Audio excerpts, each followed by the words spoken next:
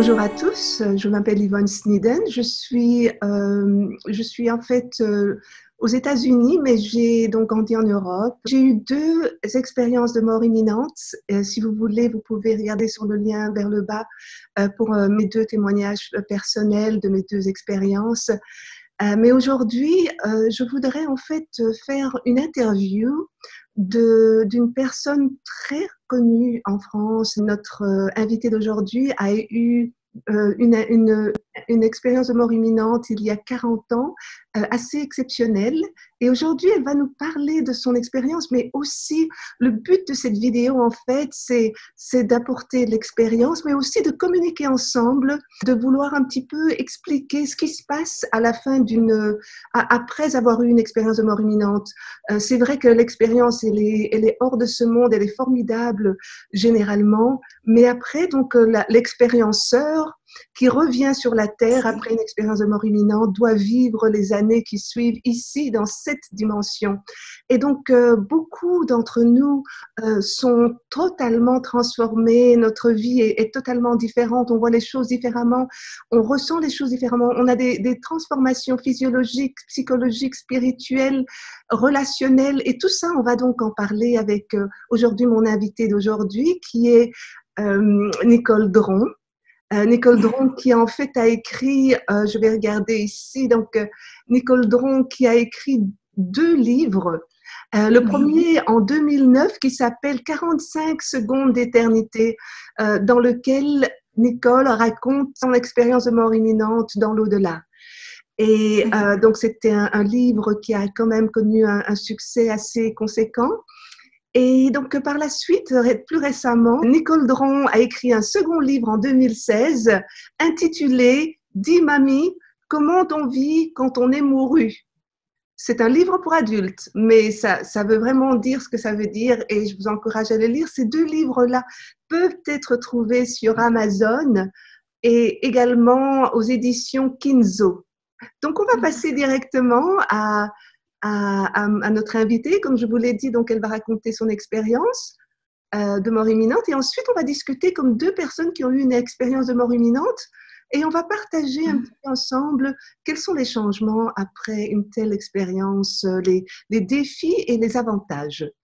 Bonjour Vaste Nicole. programme. Pardon? Bonjour Yvonne, bonjour à toutes et à tous.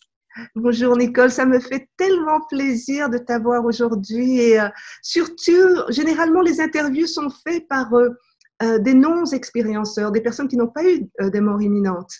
Et donc là, c'est ce qui est fantastique entre nous, c'est que nous sommes 2 personnes qui avons eu une mort imminente et donc une expérience de mort imminente et on peut parler ensemble justement au niveau de ce vécu ensemble. Et poser les bonnes questions. Et poser les bonnes questions, tout à fait.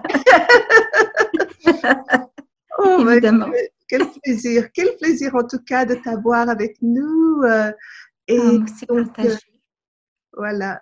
Alors, on va commencer. Pourquoi ne pas commencer tout de suite? Je suis assez intriguée et j'aimerais, puisque j'ai pas encore lu les 2 livres, mais je vais certainement les commander. C'est toujours intéressant. Chaque fois qu'on a eu une expérience de mort imminente soi-même, on est toujours très, très, très intéressé par les expériences des autres parce que chaque fois, ça nous apporte un élément qui, en fait, valide notre expérience. C'est vrai, exact. C'est vrai, hein? Oui, c'est vrai. C'est ce que je ressens aussi. Quelquefois, mon mari me dit, mais tu n'as pas besoin de savoir que tu l'as vécu. Mais si, j'ai besoin parce que justement, ça valide. Ah ben oui, j'ai vécu ça aussi. Oui, effectivement, c'est c'est vrai ce que tu dis parce que souvent quand je parle avec quelqu'un qui a une expérience, un des éléments, peut-être pas toute l'expérience, mais il y a un élément qui est semblable à ce que j'ai vécu dans un certain moment de mon expérience et quelqu'un d'autre aura un autre élément. Et je pense que c'est comme ça qu'on crée on construit ce puzzle et qu'on comprend l'expérience. Oui. Enfin, on va passer tout de suite à ton expérience. Je suis tellement contente.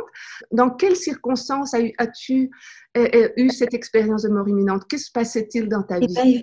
Yvonne, j'ai eu cette expérience en 1968. Ça fait 50 ans déjà.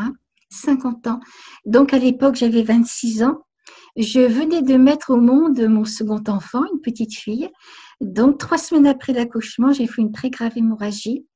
Et donc, je me suis retrouvée à l'hôpital. On a dû me faire une hystérectomie d'urgence parce que il était resté du placenta qui avait perforé l'utérus. Et donc, en me faisant cette opération, une seconde hémorragie s'est déclarée. Et donc, je suis descendue entre 2 et 3 de tension. Et mon cœur s'est arrêté de battre pendant, m'a-t-on dit par la suite, 45 secondes environ, avec électrocardiogramme plat. Et je me rappelle que le chirurgien s'est penché sur moi juste avant l'opération. Je ne savais pas ce qu'il allait me faire. Au départ, c'était pour un curetage. Et quand je l'ai vu avec son bistouri, j'avais qu'une peur, c'était d'être endormie. C'était justement de ne pas être endormie, qui commence l'opération avant d'être anesthésiée à fond, quoi. Il m'a dit comptez mon petit, et j'ai compté jusque 7. Et je ne sais pas comment ça s'est passé. Je n'ai pas le souvenir d'avoir quitté mon corps. Mes premiers souvenirs remontent alors que j'étais au plafond. C'est-à-dire que tout ce qui était moi, mon essence finalement, mon être profond, disons, eh bien, était au plafond. Et j'éprouvais un sentiment incroyable. Ce sentiment, c'est de vivre, d'exister au-delà de mon corps. Pour la première fois de ma vie, je prenais conscience que j'étais l'habitant de mon corps. Et je voyais de tous les côtés à la fois. Je voyais le chirurgien qui disait vite un flacon de sang. Donc, une infirmière ou une aide-soignante partait pour aller chercher un flacon de sang. Heureusement que j'étais à l'hôpital. J'ai su par la suite que j'avais dévalisé la banque du sang de l'hôpital. Et quand on avait ramené un flacon, c'était un second, etc., etc. Et donc, pendant ce temps-là, moi, je me regardais. Je n'étais pas du tout à mon avantage. J'avais des tuyaux qui me sortaient des oreilles, enfin du nez et de la bouche. Je n'étais pas blanche, j'étais cadavérique. Je me suis dit, mais qu'est-ce que tu es moche, ma fille. Et pourtant, Dieu sait qu'à 20, 25, 30 ans, sans être une beauté, on a tout le monde la jeunesse pour soi. Mais là, j'étais vraiment pas à mon avantage, mais ça n'avait plus d'importance. Et pourtant, pour une femme, quelquefois, quand on est jeune, surtout la beauté a de l'importance, mais là, pas du tout. Pas du tout, parce que ce corps-là, eh bien, à la limite, c'était pas mon vrai moi, c'était pas mon être réel. J'ai entendu le chirurgien qui a dit, elle me pète entre les mains. Et là, donc, je fais une petite parenthèse. Je me projette dans l'avenir. Je me projette dans l'avenir un mois après, pour mieux expliquer ça. Un mois après, donc, lors de ma première sortie, je me trouve dans un magasin. Une petite jeune femme vient près de moi, elle me dit « Bonjour, la petite ressuscitée ».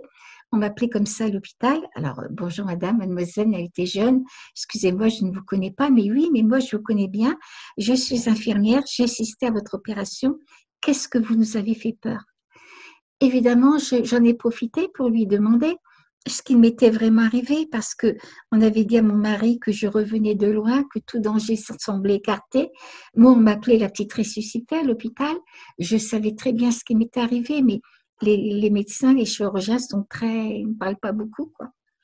Et alors, elle m'a dit qu'elle n'avait pas le droit de me le dire, mais finalement, j'étais bien là. Donc, mon cœur s'était arrêté de battre. Et je lui ai demandé pendant combien de temps, 45 secondes environ avec électrocardiogramme plat. Et que j'ai fait très, très, très peur aux médecins. Et donc, j'ai pu avoir la confirmation de ce qu'avait dit le chirurgien, donc un mois après. Je retourne dans cette salle d'opération. Pendant que j'étais donc sur la table d'opération, j'ai pensé à mon mari et à mon beau-père qui étaient dans ma chambre, juste avant de m'emmener dans la salle d'opération. Et je me rappelle que mon mari m'avait dit, allez, t'en fais pas, tout va bien se passer. On t'attend dans la salle d'attente de l'hôpital. Je pense à lui. Instantanément, je me trouve dans la salle d'opération, dans la salle d'attente. Ce qui est quand même troublant, c'est que je n'avais jamais eu l'occasion d'aller dans cette salle d'attente et je ne connaissais même pas le chemin pour y aller. Et là, je voudrais te poser une question. Oui. As-tu vu ton corps lorsque tu es sortie de ton corps et que tu étais dans la salle? As-tu vu ton corps allongé ou pas? Comment ça s'est passé? Oui, je voyais mon corps allongé sur la table d'opération. Je me voyais cadavérique, c'était même pas blanc, j'étais grise. Je me voyais avec des tuyaux qui sortaient de mon nez, de ma bouche. Et c'est là que je me suis dit, mais qu'est-ce que t'es moche, ma fille, quoi. Mais ça n'avait même plus d'importance parce que Parce que ce corps-là, à la limite, ben, c'était mon enveloppe, c'était pas moi vraiment. C'était pas moi. Et dans cette salle d'attente où je me suis trouvée, je pense à mon mari. Instantanément, je me trouve dans la salle d'attente de l'hôpital et je prends conscience que je traverse les murs. Et, et ça ne m'a rien fait du tout parce que ça a été trop vite, quoi. Je voulais encore te poser une question. Excuse-moi, je ne peux pas t'interrompre à chaque fois. C'est vraiment, vraiment une belle histoire. Est-ce que tu ressentais le froid, le chaud? Comment tu étais à ce moment-là? Qu'est-ce que tu ressentais? Quand j'étais sur la table d'opération? Non, quand tu as traversé, que tu as vu ton mari, tu étais dans les Oui. couloirs de l'hôpital, est-ce que tu ressentais encore un sentiment physique ou Oui, ça a été oui, là j'étais encore, disons, près de la terre. Je n'avais pas encore fait ce voyage dans la lumière. Voilà, j'étais encore là. C'est pour ça que je pense à lui. Je me trouve dans cette salle d'attente. Moi, je voyais bien mon mari et mon beau-père qui faisaient les 100 pas. Et puis, eh bien, eux, ils ne me voyaient pas. Je voyais bien, le regard n'était pas tourné vers moi. Alors, j'allais à droite, j'allais à gauche, je faisais des coucous. J'ai fait tout ce que je pouvais faire pour les interpeller, mais en vain. Et là, j'éprouvais comme une espèce de désespérance, la désespérance de quelqu'un qui est bien vivant, qui veut communiquer avec les êtres chers, et eux ne se rendent pas compte du tout, quoi. Ils savaient pas, mon mari ne savait pas encore à ce moment-là la gravité de ce que j'étais en train de passer. C'est plus tard, il m'a dit que plus tard, le chirurgien est venu le voir avec les bras pleins de sang en lui disant que ça se passait mal, qu'il espérait donc que tout allait aller mieux après, que je ne pourrais plus avoir d'enfant et lui demander l'autorisation. À ce moment-là, il fallait demander au mari l'autorisation d'enlever donc comment on appelle ça, l'utérus. Voilà quoi. J'étais vraiment désespérée de ne pas pouvoir communiquer avec lui. Je me rappelle qu'à un certain moment, j'ai mis ma main, pas ma main physique évidemment, je crois que ça devait être ma main du corps spirituel dans lequel j'étais, sur l'épaule de mon beau-père, et voilà que ma main traverse son corps, quoi. Et là, je me suis dit, mais qu'est-ce qui t'arrive, ma fille? Je ne comprenais pas. Et mon mari, eh bien, je savais tout ce qu'il pensait. J'étais un petit peu déçue sur le moment parce que nous étions encore relativement jeunes mariés, même si ça faisait déjà 6 ans de mariage. Et j'aurais été ravie que mon mari se fasse beaucoup, beaucoup de soucis pour moi. Je crois que mon ego aurait été vraiment satisfait. Eh bien non, bon, ben lui, il attendait, quoi. J'étais rentrée pour un curtage, il attendait tout simplement. Et donc, et en même temps, je savais ce qu'il valait, je connaissais toutes ses pensées et je savais ce qu'il valait en tant qu'être humain, au-delà de la personnalité des gens, je veux dire par là, ce qui vraiment en essence spirituelle, ce qu'il valait. Et donc, et puis je me suis rendu compte que dans cette salle d'attente, il n'y avait ni banc ni chaise. Ça ne collait pas, quoi, parce qu'en principe, il y a toujours des sièges. Mon mari me l'a confirmé après. Et puis, dans cette salle d'attente, j'ai pensé à mes enfants. J'ai confié donc la veille de mon entrée, enfin quand je suis rentrée à l'hôpital, j'ai confié mon petit garçon qui avait 22 mois à ma belle-mère. C'est important ça, parce que je lui avais dit, vous savez maman, si je ne suis pas rentrée demain, soyez gentille de lui donner son repas, donc du midi, le déjeuner, non pas à midi, mais à 11h30, parce qu'à midi, pour lui, c'était déjà la sieste, tandis qu'à 11h30, il mangeait de bon appétit. Elle m'avait dit, vous savez bien, ma fille, que je vais bien m'occuper de lui. Et c'est vrai que c'était une bonne grand-mère, je ne me faisais aucun souci. Donc, je pense à mon petit garçon et instantanément, je me trouve chez mes beaux-parents, mais je n'ai pas conscience d'avoir sorti de l'hôpital. Non, je pense à lui, je suis près de lui. Je suis rentrée en salle d'opération vers 12h30, donc il était plus tard que 12h30. Il était dans sa chaise haute, ma belle-mère était en train de lui donner son repas et son nez piqué dans son assiette parce que déjà pour lui c'était la sieste. J'ai pas pu m'empêcher de me dire mais pourtant je lui avais dit quoi, mais sans méchanceté. Puis je pense à ma petite fille qui devait être chez mes parents et mes beaux-parents avaient déménagé 8 jours auparavant dans une maison très froide.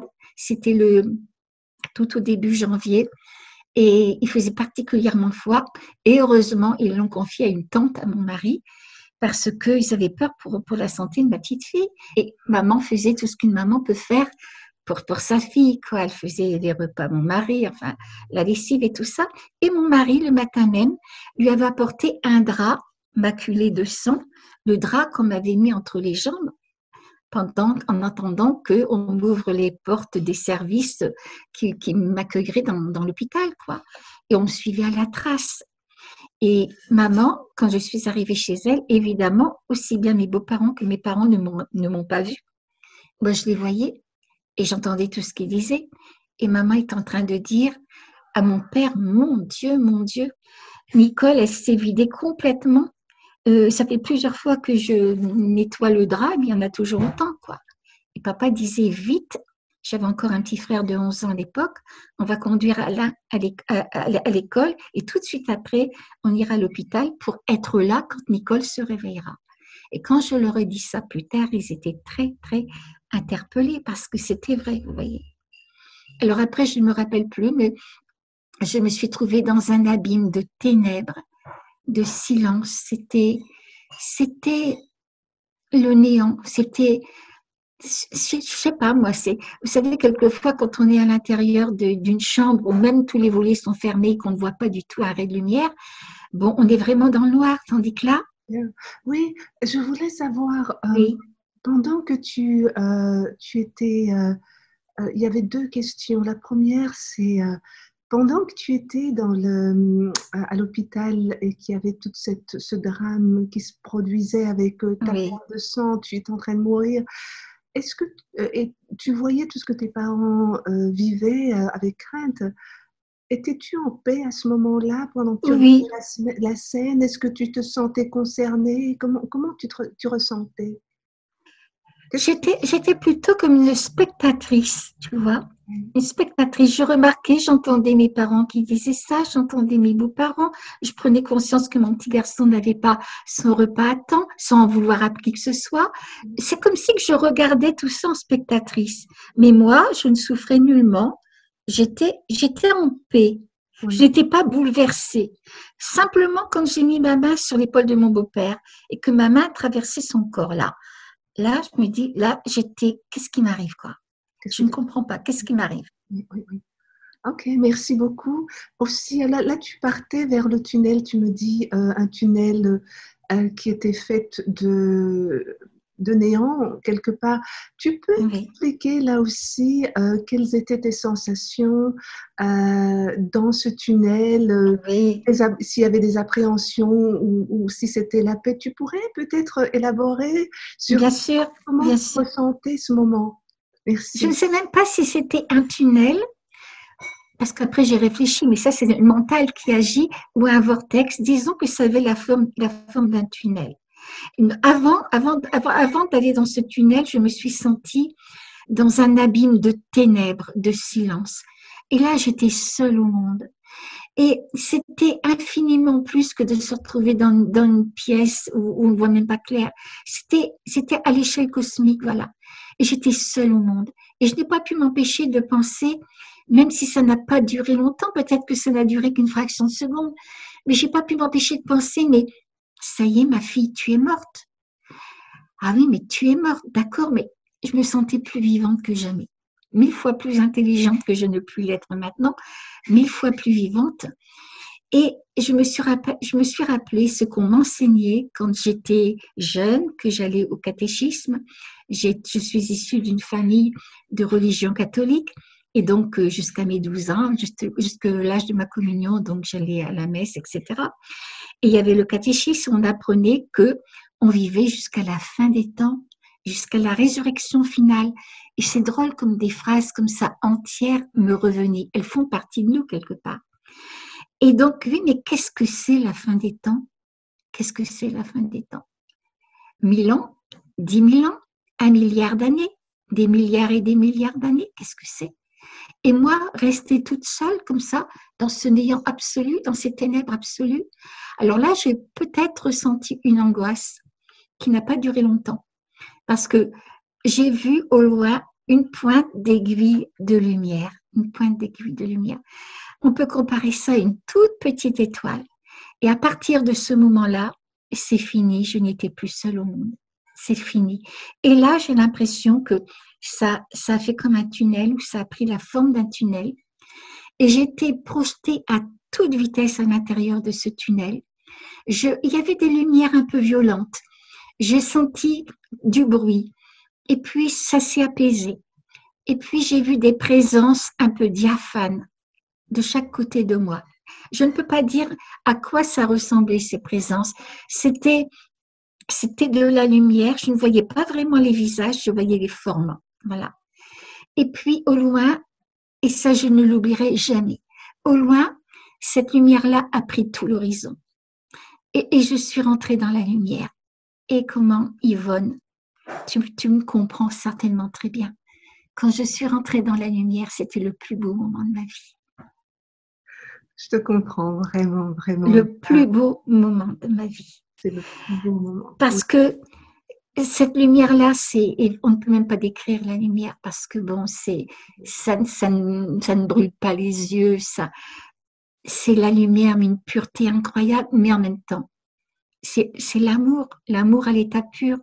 On ne peut même pas expliquer ça. Pour moi, sur la terre, l'amour, c'est l'amour que j'éprouve envers mon mari, envers mes enfants, envers mes amis. Si je peux résumer ça, je dirais, allez, je mets mon cœur dans une main, je te donne mon cœur. Mais je tends tout de suite l'autre main pour en avoir autant, quoi. C'est le propre de l'amour humain. Tandis que là, je rentrais dans un océan d'amour qui ne me demandait rien. Je rentrais dans l'amour et je ne sais pas par quelle espèce de magie, moi-même, je suis devenue l'amour, tout simplement. Je suis devenue l'amour. Je suis devenue l'amour du monde. J'étais tout à la fois et j'étais sagesse, j'étais amour, j'étais une paix absolue. J'avais retrouvé ma patrie et j'étais chez moi. Et je ne faisais qu'un parce que tout en étant moi, je devenais tout. Cette expérience-là, elle est collée à moi, quoi. Voilà, elle fait partie de moi maintenant. Oui, c'est vrai. Dès qu'on a eu cette expérience, on est transformé pour toujours. Je voulais te poser une question encore. Lorsque tu étais un avec l'amour, est-ce que tu ressentais que tu étais amour seul ou qu'il y avait l'amour avec toi, mais ça vous formiez un? Est-ce que cette unité était unique ou alors c'était comme deux puissances ensemble? Tu peux m'expliquer cette unité avec l'amour, si tu pouvais m'expliquer un petit peu davantage, merci. Je rentre dans l'amour, puis je suis comme un sucre qui fond dans l'eau. Je rentre dans l'amour et je deviens amour aussi, quoi. Et finalement, il n'y avait plus qu'une chose au monde, moi je suis sûre que l'énergie du monde, bon, les scientifiques, ils ont de très belles formules et c'est tout à fait normal pour comprendre l'énergie. Mais moi, je me demande si cette énergie-là, c'est rien que de l'amour, quoi, tout simplement. Et que toute cette énergie, c'est de l'amour. Et nous, on est fait de cette énergie du monde. On est des parcelles, on est des pépites de cette énergie-là. Et on est de l'amour aussi. On est de l'amour dans l'amour. Oui, et cet amour, penses-tu que c'était une divinité, c'était Dieu déjà, ou c'était quelque chose de différent? Et qu'est-ce que tu ressentais à ce moment-là? Mais pour moi, c'était Dieu. Je ne dis pas, tout dépend de ce qu'on met derrière le mot Dieu. Oui. Voilà aussi. Si c'est pas bon, avant j'avais une conception quand j'étais jeune, évidemment très primaire de Dieu, un peu comme un Papa Noël qui fait la pluie, le beau temps dans le monde, etc. Enfin bref, bon, pas comme ça, mais c'était quelqu'un qui connaissait tout de nous et qui régissait tout. Bon, et là je rentrais dans l'essence de Dieu, peut-être je sais pas moi, la manifestation de Dieu, la réverbération de Dieu. Je ne peux pas trouver les mots, mais j'étais dans Dieu. L'omniprésence peut-être de Dieu. Oui, voilà. Oui. C'était Dieu partout en fait. Son existence est dans tout. Et dans tout. La lumière, dans l'amour, dans l'expérience que tu vivais. C'est ça. Voilà, exactement, exactement, Yvonne. Oui, oui, oui. C'est difficile à trouver les mots non plus, hein. C'est difficile parce que on n'a jamais vécu ça sur Terre. En fait, c'est tellement un autre monde, c'est tellement différent, c'est tellement plus puissant. Et Et que tout est vraiment, Dieu, quoi. oui, Tout tout, est Dieu. même les personnes qu'on rencontre, tout en fait Oui, reflète Dieu. Donc voilà, et donc tu es dans oui. cette présence, dans cet amour, dans cette vie, au-delà de cette vie ici. Que se passe-t-il ensuite? Alors, ça s'est accompagné. Je me rappelle que je me suis trouvée dans un très, très beau jardin. Et alors, c'est un jardin comme on peut en trouver des très beaux sur la terre, quoi. Mais là, il y avait le sacré. J'ai compris le sacré de la vie parce que si je regardais un brin d'herbe, évidemment, je voyais la forme, la couleur, etc. Mais je voyais la vie à l'intérieur du brin d'herbe. Je voyais les molécules de lumière, les molécules de vie. Il y avait d'autres fleurs. Il y avait d'autres couleurs, des couleurs pastel, des belles couleurs que je ne pourrais même pas dire à quoi que c'est, à quoi que ça ressemble là. Les sons, quand il y avait un bruit, les sons devenaient couleurs. Je me rappelle m'être assise près d'un ruisseau. C'est magnifique, c'était de la lumière d'eau, je ne peux pas l'expliquer ça. Et je n'ai pas pu m'empêcher de penser, mais on fait tout le contraire sur la terre quand on a un être cher qui nous quitte, c'est le désespoir, quoi, franchement. Mais si on pouvait savoir qu'ils sont retournés au pays ou qu'ils sont sur le chemin de retrouver cette beauté, parce que ça, c'est une beauté qui s'accompagne de paix, de plénitude. Ils sont sur le chemin pour retrouver tout ça. Et c'est une des raisons pour lesquelles je témoigne de cette expérience. Parce que si chaque maman, chaque parent qui ont perdu un être cher pouvait savoir qu'au bout du chemin, on se retrouvera dans cette gloire-là, mais qu'est-ce que ça serait quand même beaucoup plus apaisant, quoi, la mort, plus apaisant. Et là, oui, et dans ce beau jardin, j'ai vu venir quelqu'un vers moi. Oh là là, qu'est-ce que ça a été quelque chose d'incroyable parce que c'était mon petit frère. Mes parents avaient perdu un petit bébé de 7 mois et j'avais 11 ans. Moi, je l'adorais parce qu'à 11 ans, j'étais déjà une petite maman. Voilà, il m'a manqué. Il a manqué à mes parents, évidemment, mais il m'a manqué terriblement, terriblement. Et là, je me rappelle que lorsque j'étais petite, que j'avais 11 12 ans, un jour, j'ai pleuré dans les bras de monsieur le curé, quoi. Et je lui ai dit, mais Sainte Bernadette, elle a bien vu la Sainte Vierge. Pourquoi moi, je n'aurais pas le droit de revoir mon petit frère seulement une fois? Je n'en demande pas plus, seulement une fois. Il m'avait pris dans ses bras, puis il m'avait dit, tu sais, Nicole, ton petit frère sera toujours dans ton cœur. Tu ne l'oublieras jamais et il vivra en toi. Oui, bien sûr. Bien sûr, il ne pouvait pas me dire autre chose que ça, quoi. Mais la belle affaire, moi, ce que je voulais, c'était de le revoir. Et j'étais loin de m'imaginer que des années après, j'aurais cette expérience et que je reverrai mon frère. Et là, mon frère s'est présenté sous la forme d'un jeune adolescent. Plus tard, j'ai calculé, je me suis dit quel âge il aurait dû avoir. Donc, au moment où j'ai fait mon expérience, il aurait dû avoir 17 ans. Donc, il s'est présenté sous la forme d'un jeune adolescent, resplendissant de lumière. Alors, on est en droit de me dire, mais enfin, Madame Dron, il y a quand même une grande différence entre les traits d'un petit bébé, d'un petit poupon, et les traits d'un jeune adulte, quoi. Quelquefois, il n'y a même plus de ressemblance. C'est vrai, c'est vrai. Mais je peux vous dire, Yvonne, que si tout le monde entier serait contre moi, en disant c'est pas possible, je m'en moque totalement. Parce que je sais que j'étais en présence de mon frère. Je pense que c'est une reconnaissance d'âme. On ne peut pas dire autrement. Je confirme avec toi et je te crois et je sais que d'autres te croiront aussi parce que comme tu dis, le physique, le corps, c'est comme un véhicule, mais l'âme est Oui, à l'intérieur. Et en fait, ton frère, c'est son âme que tu as reconnue. oui, Euh, oui, et c'est l'âme que... Et je pense que, avec mon expérience et l'expérience d'autres dont j'ai entendu oui, l'histoire, on se reconnaît par l'âme. On se oui, reconnaît par l'essence. En fait, moi, je dis même l'essence de qui on est, l'essence même de qui on est. exactement. Et c'est ça qui C'est est vrai. formidable de ton expérience. Donc, je veux valider ce que tu viens de dire. Oui, c'est vrai. Ici aux Merci. États-Unis, j'ai parlé à des centaines. au moins 300 ou 400 personnes qui ont eu une expérience de mort imminente, puisque je fais partie de l'organisation IELTS. Oui. J'ai beaucoup de respect pour l'association Yann. C'est l'association la plus respectée au monde, la plus ancienne.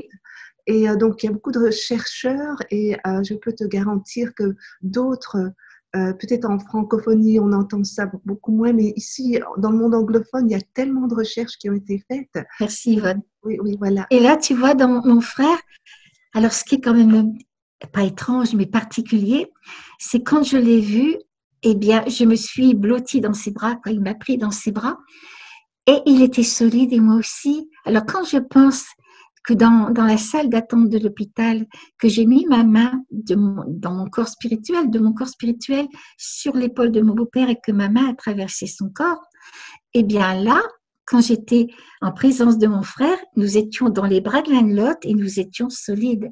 Et c'est pour ça, après avoir vécu une telle expérience, je maintiens qu'on ne peut pas la comprendre uniquement avec les critères du savoir traditionnel, le savoir qu'on apprend dans les écoles, universités, ce n'est pas suffisant. Maintenant, je sais que j'étais sur le même plan vibratoire que mon frère et que ce qui faisait sa réalité, c'était aussi ma réalité et que nous étions solides l'un à l'autre, quoi, parce que nous étions sur le même plan. Et je n'ai pas pu m'empêcher de lui dire, mais mon Dieu, si papa et maman pouvaient te voir, mais quel bonheur ça serait pour eux. Et c'est même pas, je ne parlais pas, c'est même pas, si vous voulez, de la télépathie, parce que la télépathie, c'est émettre une pensée et recevoir, quoi, un échange comme ça. C'est encore plus que ça. C'est de la télépathie avec les sentiments, les émotions qui vont avec. Et finalement, pour faire court, je dirais que ce qu'il était, je devenais ce qu'il était et vice-versa. Il n'y avait plus de séparation, c'était une communion, une osmose totale. Et alors, il m'a dit, parce que je ne peux pas dire autrement, quoi, il m'a dit qu'il nous avait toujours aimés. J'étais extrêmement émue au possible, parce que l'amour qu'il nous prodiguait, c'était bien au-delà de l'amour terrestre. C'était déjà cet amour inconditionnel qu'il y a de l'autre côté. C'était pas de l'amour jalousie, possessif, égoïste, non. Il nous aimait déjà avec cette immensité d'amour qu'il y a de l'autre côté. Il nous aimait pour nous, quoi. Et voilà, et j'en étais absolument, c'était magnifique, j'en étais ravie, quoi. J'en étais ravie. Et j'ai rencontré le frère de mon mari, Jacques, qui est décédé à 25 ans d'une noyade. Il avait voulu sauver un camarade qui se noyait. Ce camarade s'était accroché à lui. Et puis voilà, ils sont restés tous les deux. Mon mari avait 14 ans à l'époque. Et donc, ça a été un drame aussi dans la vie de mes beaux-parents. Et plus tard, quand j'ai fréquenté mon mari, que nous nous sommes mariés, j'avais toujours le sentiment, je sais qu'il m'appréciait beaucoup, mes beaux-parents. Et j'en ai eu maintes fois l'occasion de m'en apercevoir qu'il m'aimait beaucoup, mais à cette époque-là, j'avais l'impression qu'il ne m'aimait que suivant ma capacité à rendre leur fils heureux. C'était toujours Jacques, quoi. Et donc, je ne connaissais Jacques que sur photo. Et là, il s'est présenté à moi. Et je me suis rendu compte qu'il m'aimait beaucoup. Et voilà, c'était quelque chose. Il avait la même petite fossette que mon mari avait, que mon beau-père aussi. D'ailleurs, on les taquinait à cause de cette fossette-là. Et il était là. Et j'ai rencontré d'autres êtres que je n'ai jamais vus sur la terre et que pourtant je reconnaissais. Voilà. Et ces êtres-là, j'ai l'impression… Excuse-moi de t'interrompre, je suis vraiment encouragée quand je t'entends dire ça parce que durant mon expérience aussi, j'ai rencontré des êtres que je connaissais pas sur Terre, mais je savais que je les connaissais au-delà. Voilà. C'est ça que tu veux expliquer, c'est pour ça que c'est bien d'être interrogé. Que tu ne reconnaissais pas, mais que tu connaissais. On connaît. Voilà. Et c'est bien, c'est ça, Yvonne, qui est très bien d'être interrogée par quelqu'un qui a vécu la même expérience. Oui, je les connaissais, mon cœur les connaissait, sans les avoir jamais vus sur Terre. Et je me trouvais, tu sais, devant, comment dire ça, en présence de personnes qui connaissaient, j'étais un livre ouvert, quoi. Ils connaissaient tout de moi. Et j'en avais vraiment la sensation, quoi. Je me trouvais vraiment comme une petite fille devant un professeur. Quand j'étais jeune, on faisait encore du calcul mental, on avait encore notre ardoise, hein, et puis on montrait ça au professeur et il nous donnait une note. Et moi, j'aurais voulu montrer l'ardoise de ma vie et qu'on me donne 10 sur 10 ou 12 sur 10 même, voilà. Pourquoi pas? Et voilà. Et en même temps, eh bien, je me sentais très petite parce que je ne pouvais rien cacher, quoi. Ils connaissaient tout de moi, tout de moi. Et puis, je me rappelle que en 45 secondes, mais j'ai vécu des millénaires, j'ai déjà revu ma vie à l'envers, de mes 26 ans à ma naissance. Ce bilan de vie, disons que pour moi, même si après on m'a montré des choses sur notre humanité, le passé, le présent, le futur de l'humanité, c'est important, mais ce bilan de vie, pour moi, c'est encore plus important. Parce que là, on apprend à se connaître là.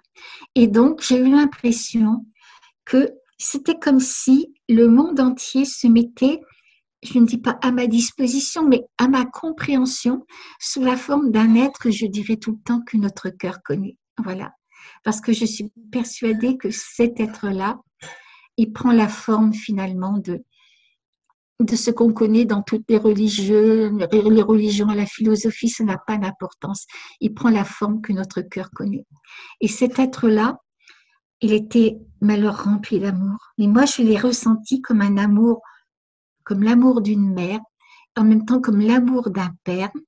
Il y avait les deux en même temps. Un amour force qui est capable finalement de nous ébranler, qui est capable de nous montrer tous nos dysfonctionnements intérieurs, toutes nos misères, nos lèpres humaines, pour qu'on les voie en face et pour qu'il en sorte du bien. Voilà. C'était vraiment cet amour-là. Et en sa présence, il avait une bienveillance extraordinaire, mais en sa présence, toute ma vie a défilé. Alors je me suis retrouvée donc quand j'ai attendu mes enfants, quand j'étais fiancée, que mon mari était parti en Algérie, que je me demandais si vraiment notre relation allait survivre, comment, malgré la distance et le temps. Je me suis retrouvée, des bêtises que j'ai fait dans ma jeunesse, j'ai retrouvé mon petit chien, etc. Enfin bref. Et j'étais à la fois celle qui éprouvait beaucoup de toutes les pensées que j'ai eues. C'était là. Je l'ai retrouvé comme ça, mais tout était là en même temps aussi. Et je ne peux pas le dire. C'était comme un immense tableau que je découvrais en même temps, que je redécouvrais. Quand j'avais fait quelque chose de bien, j'étais dans le cœur de la personne à qui j'avais fait du bien. Si je pensais quelque chose, je voyais ma pensée, je voyais l'émotion qui accompagnait cette pensée, je voyais ce que ça faisait en moi, et comme un jeu de domino, je voyais ce que ça faisait dans tous les êtres humains. Donc c'était quelque chose de formidable. Et en même temps, j'étais comme si j'étais une autre moi-même, j'étais celle que, peut-être dans la religion qu'on peut dire l'âme, ou le moi, ou le soi, qu'importe, j'étais cette autre partie de moi-même qui était capable de me regarder comme si j'étais pas moi. Et non pas, j'aime pas le mot juger, mais j'évaluais ma vie à partir de cette autre Nicole, j'évaluais ma vie par rapport à ce qu'elle aurait pu être si j'avais toujours agi dans l'amour et dans la sagesse. Et là, j'étais capable de me regarder telle que j'étais. Parce que souvent, je me dis que même si dans la vie, on a commencé à emprunter un chemin de connaissance de soi, de transformation, finalement, on est quand même tellement humain que quelquefois on se dit « Ah oui, j'aurais pas dû faire ça. » Mais quand même, si l'autre n'avait pas fait ça, voilà, on arrive toujours à s'excuser soi-même. Tandis que là, dans cette expérience-là, cette partie de moi qui me regardait comme si j'étais une autre, eh bien, elle était complètement neutre. Et c'était elle qui évaluait ma vie avec un amour immense, immense, mais en même temps avec la justesse qui accompagnait cet amour. Et ça, jamais je l'oublierai. En fait, quand tu dis cette séparation, tu vois, c'est intéressant de pouvoir expliquer que on peut être séparé dans l'autre monde, on a cette possibilité presque de décuplement. Oui, En fait, on peut se voir comme une autre personne, comme un décuplement finalement. exactement. C'est presque comme si l'être qui est dans l'au-delà, c'est vraiment l'être qui est soumis à la vérité éternelle. Euh, Exactement. C'est et, exactement le mot. hein, et donc, Oui, la personne qui a vécu sur Terre, nous maintenant, en fait, c'est un peu, j'ai un ami qui disait, un ami qui a eu une expérience qui expliquait que lui, il se dissociait de l'âme. Il parlait que l'âme, c'était peut-être ce qu'on avait vécu sur Terre, ce qu'on avait construit sur Terre, et que notre oui, esprit, c'est notre être éternel qui est oui, la vérité. Donc, on peut faire ce recul dans notre bien sûr. diagnostic de nous-mêmes, quoi. C'est une compréhension de soi-même. On découvre, voilà, Oui, une compréhension, on découvre qui on est au fond de soi-même et quels sont les mécanismes psychologiques qui sont à l'intérieur de nous, quelles sont les ignorances qui ont fait que on accomplit telle et telle chose, les manques d'amour. C'est ça qu'on découvre et c'est ça qu'après on a envie de transformer, quoi, évidemment. euh, Alors oui, j'ai donc j'ai vu cet être-là et puis j'ai vu, je me rappelle que donc en 1968 quand même, hein, ça fait loin, mais cette expérience, si vous me demandez qu'est-ce que j'ai fait il y a 8 jours ou même hier, à moins que ça ne soit quelque chose de bon d'important, j'ai complètement oublié. Mais cette expérience, elle est inscrite au fer rouge en moi. Je n'ai, même si j'en ai ramené que des miettes, je n'ai rien oublié. Rien oublié. Et donc, pourtant, c'était en 1968. Je sais que j'ai vécu des millénaires. On m'a montré, je me rappelle qu'on m'a montré comme si c'était le début de la Terre. J'ai vu des géants qui parcouraient le monde entier. On m'a parlé de civilisations disparues, de plusieurs, mais je me rappelle surtout qu'on m'a parlé de l'Atlantide. Je me rappelle avoir eu comme un vaste savoir. C'est ça qui est frustrant. J'ai su. J'ai su que j'ai su et j'ai perdu beaucoup de choses. On parlait de l'Atlantide, on me montrait l'évolution à travers le temps de notre planète. On me disait que Dieu était la force, le mouvement et la vie. Et que notre vie, c'est par rapport à l'éternité, c'est un battement de paupières, tout simplement. Et que on me disait que lorsque je mourrais, on ne me demandera pas de quelle religion, de quelle philosophie, de quelle race je fais partie. Simplement, on me demandera comment as-tu aimé et qu'as-tu fait pour les autres.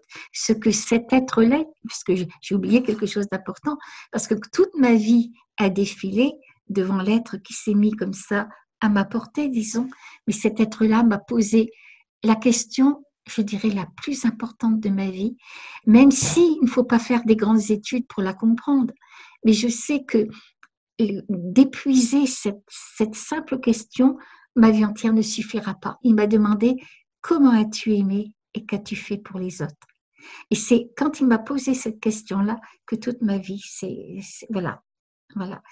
Et donc, on me disait que quand je mourrais, on ne me demandera pas de quelle race, philosophie, etc. Que je fais partie, mais simplement comment j'ai aimé et qu'est-ce que j'ai fait pour les autres, parce que seule la qualité d'être d'un individu est importante. Ça, je ne l'oublierai jamais. On m'a dit que la vie était partout dans l'univers. On m'a montré la réalité d'autres humanités. Je crois qu'il faut s'attendre à de grandes révélations dans le courant, peut-être des années qui viennent, je ne sais pas. Mais on nous montrera qu'on n'est pas seul dans l'univers, c'est évident. Je sais aussi que, donc j'ai vécu cette expérience en 68. À l'époque, il n'y avait pas de chômage, tout était florissant. Et on me montrait qu'il y aurait un chômage qui s'étendrait sur le monde entier, une peste qui ravagerait le monde entier. Alors en ce moment, Yvonne, j'ai beaucoup de personnes qui se remettent en contact avec moi en disant, Nicole, on est en train de relire votre premier livre parce que, est-ce que vous ne croyez pas que ce Covid-19, ce serait la peste qu'on vous a annoncée? Franchement, je n'en sais rien parce qu'on ne m'a pas donné de nom, quoi. C'était une maladie grave pour moi qui se répandait partout. Est-ce que c'est ça? Franchement, je souhaite. Parce que si c'était pas ça, ça serait quelque chose qui serait encore à venir. Et donc, à la limite, je préfère voilà, que ça soit ça. Et oui, à un certain moment, je me rappelle qu'on m'a montré comme un immense laboratoire souterrain à l'intérieur de la Terre où je n'en sais absolument rien. Et je voyais comme si on y faisait des manipulations génétiques avec des êtres qui n'étaient pas forcément des êtres humains. J'en garde comme un mauvais goût qu'on aurait sur la langue, si vous voulez. Et je n'ai pas pu, c'est tout ce que je me rappelle. C'est insuffisant pour me faire vraiment ma propre opinion. Et en Et en fait, même temps, oui. manipulation que tu dis génétique souterraine, c'est quand même une information assez importante. Oui, c'est important. J'ai lu aussi des articles sur les extraterrestres, etc. Les, on voit ça souvent maintenant dans les nouvelles sur YouTube et tout ça, des personnes qui ont travaillé dans ces souterrains pour certains gouvernements.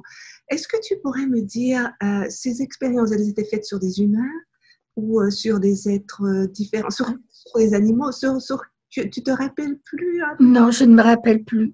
Ce que je me rappelle, c'est que j'ai éprouvé comme une nausée, quoi. C'était pas, pour moi, c'était pas possible que je n'ai pas. On parlait à cette époque-là, on parlait déjà un peu de soucoupes volantes, d'extraterrestres à la télévision, mais c'était encore très rare et c'était encore. Oh là là, les gens, ils ont rigolé un peu, vous voyez. Donc, je n'étais pas finalement ouverte à ces choses-là. Alors, encore plus pour moi, mais c'était pas possible qu'on puisse faire des choses comme ça. Je pense que c'était sur des humains qu'on faisait ça. Voilà.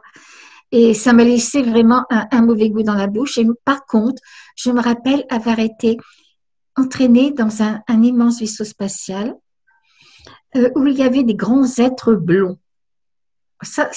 Ils étaient grands et ils étaient blonds. Et près d'eux, par contre, là, je me trouvais bien. C'est un petit peu comme si c'était des pères, des pères comme un papa, quoi. Et il m'expliquait que j'ai conscience que j'ai reçu une grande information qui est restée larvée au fond de mon cœur. Je me souviens consciemment qu'il nous disait que il nous avait aidés à évoluer génétiquement et en conscience depuis la nuit des temps. Et avec eux, je me sentais bien. Et c'était pas des êtres malfaisants, loin de là, loin de là. Écoute, beaucoup de personnes qui vont écouter ça vont se dire, là, tout à fait, là, on va vraiment dans une zone de folie, mais en fait, si tu veux… Ça fait partie de mon expérience. Mais écoute, je valide ton expérience parce que moi, j'ai eu 2 expériences de mort imminente. La première, Oui. donc la deuxième était celle avec Christ dans la lumière, mais la première, j'ai aussi eu 2 êtres de lumière magnifiques, blonds, comme tu dis, et il y avait un vaisseau spatial à l'arrière et nous sommes entrés dans ce vaisseau spatial aussi. Et nous avons traversé la Terre et traversé l'univers en une seconde. Et l'endroit où nous c'était des êtres de lumière qui étaient tellement contents de me revoir et qui me disaient qu'ils étaient impatients de me revoir. Et il y avait de l'amour, mais l'amour comme j'ai jamais vécu sur Terre. Ils m'enlaçaient, c'était comme une célébration de me retrouver. Ils me célébraient mon retour. Et donc, tu vois, donc je suis et aussi dégager l'amour, la confiance. Je savais qu'ils allaient jamais me faire de mal, tu vois. Donc, je peux comprendre. Je veux simplement intervenir maintenant pour valider. Oui. Je sais que ça va être pris vraiment comme quoi. Mais justement, dans IANS, je proposais même ici qu'on puisse découvrir un peu plus les personnes qui ont eu une expérience de mort imminente qui implique aussi l'élément du vaisseau spatial, l'élément extraterrestriel, un peu, tu vois, donc, parce que il y a des éléments parfois dans certaines histoires, j'en ai entendu d'autres.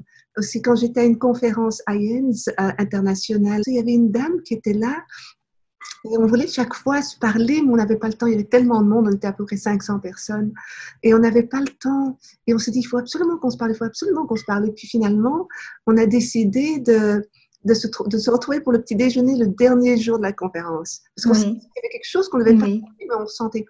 Et donc, on prend un petit déjeuner, toutes les deux, on a eu une expérience de mort imminente. Et voilà. En fait, elle aussi, durant son expérience de mort imminente. Elle était entre la vie et la mort à l'hôpital. Elle a été transportée comme moi par deux êtres dans un vaisseau spatial et ils ont traversé l'univers. Ils sont arrivés au même endroit que j'étais. Ah oui. Donc, on n'est pas les seuls. Et je crois que c'est important qu'on en parle aussi parce que on n'en a pas beaucoup parlé, même dans les milieux d'expérience de mort imminente, des groupes. Donc, c'est un élément. Je voulais encore intervenir pour valider ton expérience, que Merci. personne puisse dire non, c'est pas une personne qui raconte ça. J'ai entendu ça aussi avec d'autres expérienceurs ici aux États-Unis. Donc voilà, merci. Je te laisse continuer vraiment cette expérience fascinante que tu es en train de raconter. Merci Yvonne, mais c'est vrai que j'étais pendant très longtemps à ne pas parler de cet aspect de mon expérience parce que déjà en 68, imaginez quand même, bon, j'ai vécu ça en 68, j'en ai parlé vers les années 89 vraiment, mais déjà le concept de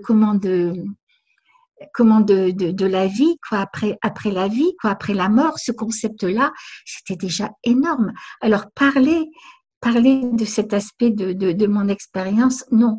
J'ai préféré me taire pendant longtemps. J'en avais parlé évidemment à mon mari, j'en ai parlé autour de moi, mais dans le grand public, j'ai attendu un bout de temps.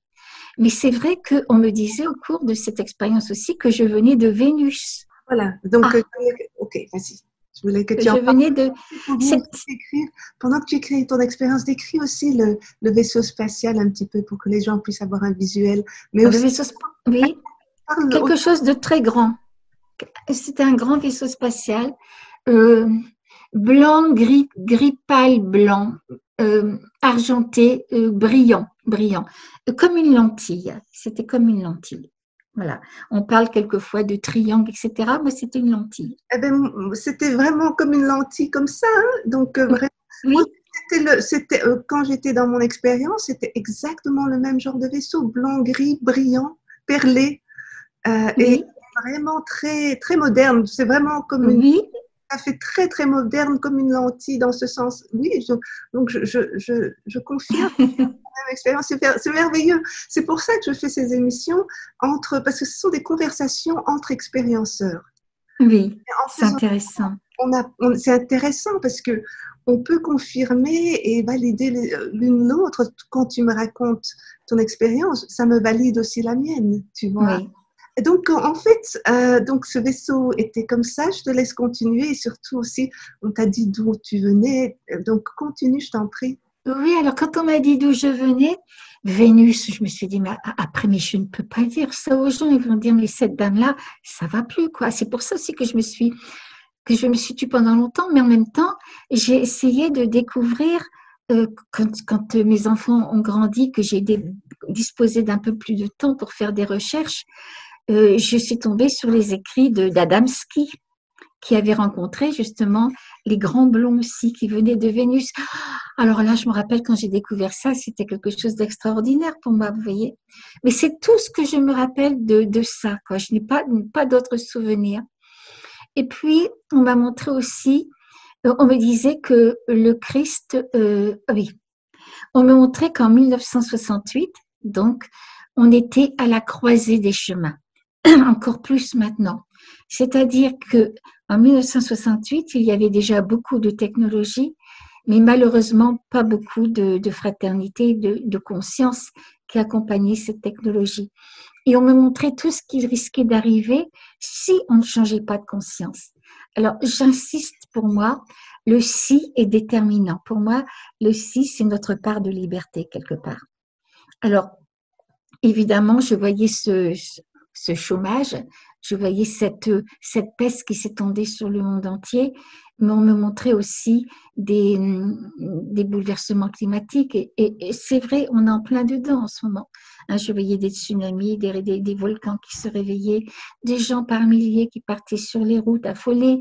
J'ai vu tout ça, mais surtout, quelque chose qui me reste comme ça, c'est que je voyais une immense violence qui s'élevait comme ça, une immense violence. Et je me dis, mon Dieu, pourvu que ça n'arrivait pas. J'ai vu comme un petit peu comme du sang dans les ruisseaux, j'ai vu du feu dans le ciel. Je suis très prudente. en parlant de tout ça, parce que j'ai vraiment conscience que, par exemple, en ce qui concerne le feu dans le ciel, est-ce que ça pourrait être un accident nucléaire? Bon. Ou est-ce que simplement, plus tard, en lisant des livres qui parlent de spiritualité, on parle du symbole du feu, finalement, la purification par le feu, c'est pas du tout un feu terrestre, c'est la purification de nos pensées, du mental.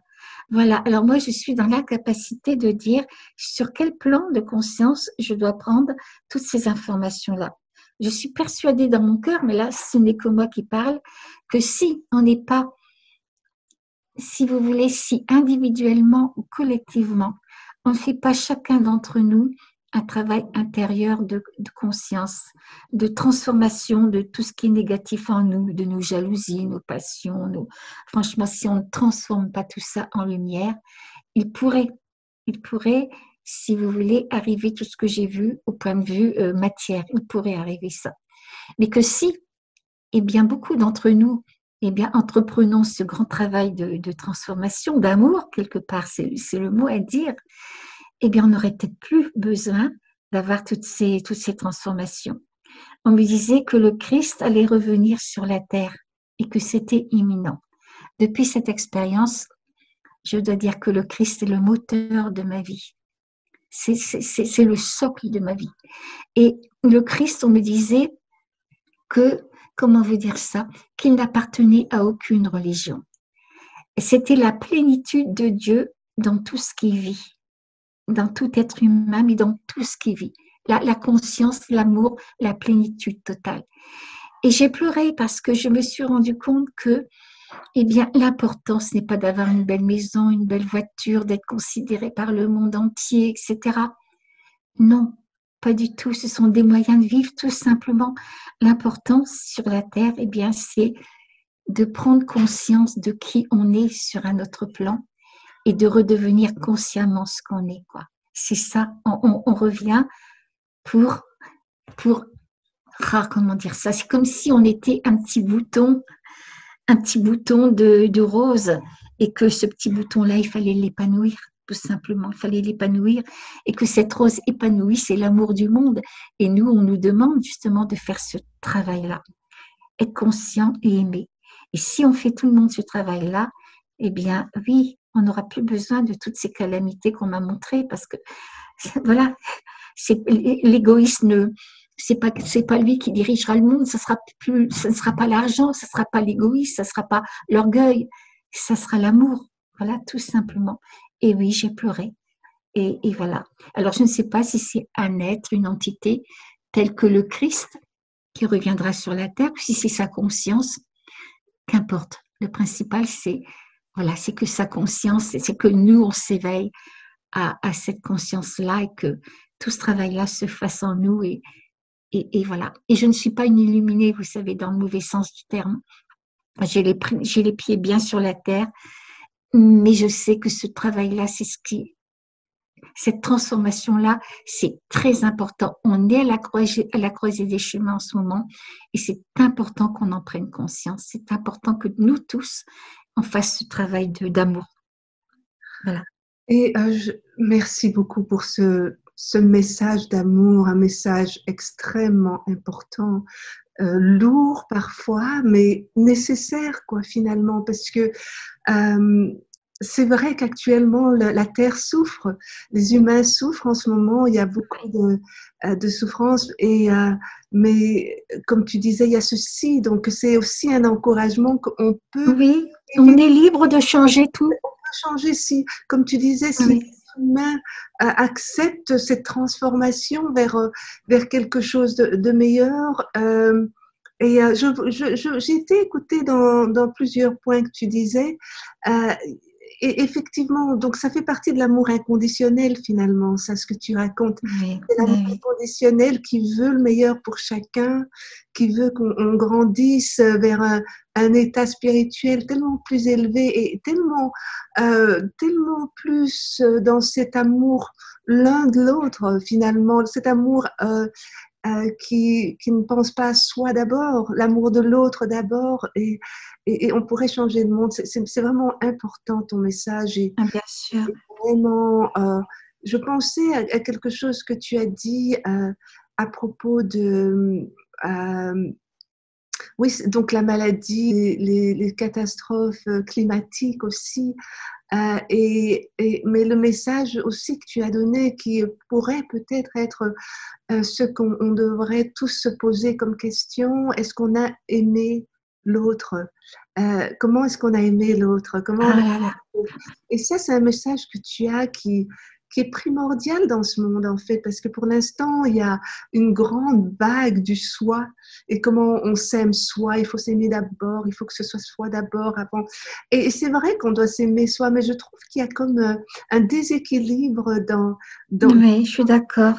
où il y a maintenant une grande fascination pour l'amour de soi et on oublie l'autre, l'amour de l'autre qui devient de moins en moins important. Et donc, c'est un message qui rappelle, ton message rappelle vraiment ça. J'ai beaucoup aimé aussi quand tu as dit que Christ est la plénitude de Dieu. Mais ça, c'est Ah magnifique oui. comme Oui. message quand tu dis ça. Tu vois, j'ai vu Christ aussi et je veux confirmer encore, c'est tellement formidable qu'on puisse partager ensemble parce que généralement, quand on fait des interviews, c'est souvent avec des personnes qui n'ont pas expériencé, qui n'ont pas eu une expérience de mort Et ça imminente. reste très mental pour ces personnes-là. Mais là, on Très peut, mental. exactement. Et Oui, là, on peut passer en fait au cœur en fait, par oui, cœur à cœur. Et en fait, quand j'ai vu Christ, comme toi tu l'as vu, je l'ai vu à plusieurs reprises dans ma vie, 3 fois vraiment d'une manière puissante. Et la première fois que je l'ai vu, Christ, c'était il y a de nombreuses années. Et en fait, c'est exactement ce que tu dis. J'essaie toujours d'expliquer à quoi il ressemblait, mais quand tu as dit Christ est la plénitude de Dieu, en fait, quand il me parlait, je voyais cet être qui, en fait, premièrement, il y avait des pulsations d'énergie qui sortaient de lui pendant qu'il me parlait, comme des protons et des... Tu sais, comme tu vois euh, dans les, euh, dans les émissions scientifiques, on voit, tu sais, tout qui gravite. oui, oui, oui. Je le vois, Radiation. tout son être gravité comme ça d'énergie. Et pendant qu'il me parlait, tout était créé.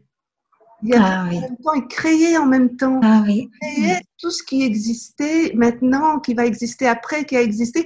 Donc, simultanément, pendant qu'il me parlait, oui, il créait tout ce qui existait. Et donc, magnifique. c'était comme quand tu dis, il était la plénitude de Dieu. À ce Oui, moment-là, j'ai compris qu'il était, et non seulement il créait, mais il était la création. c'est la création. Ah oui, oui, c'est Voilà, magnifique.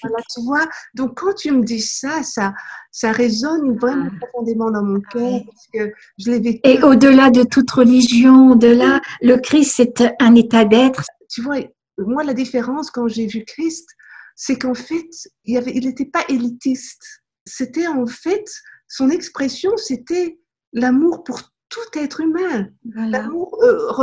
Il avait cet amour pour tout être humain, toute existence, même la nature, les dimensions, Voilà. les planètes. C'était C'est l'amour. l'amour réalisé dans la matière. Quand j'ai passé mon bilan de vie, hein, eh bien, c'était que je comprenais que l'important, c'était faire tout le bien qui existe dans chaque être humain. L'aider, si tu veux, à grandir dans tous les aspects de son être. Et c'est ça, on est l'un pour l'autre, eh bien, on est le garant de chacun, quoi. Et on a à faire grandir l'autre dans son âme, dans son humanité, à faire grandir l'autre. Et on ne peut plus juger après une telle expérience. On ne peut plus juger parce que on s'aperçoit qu'on est chacun en devenir.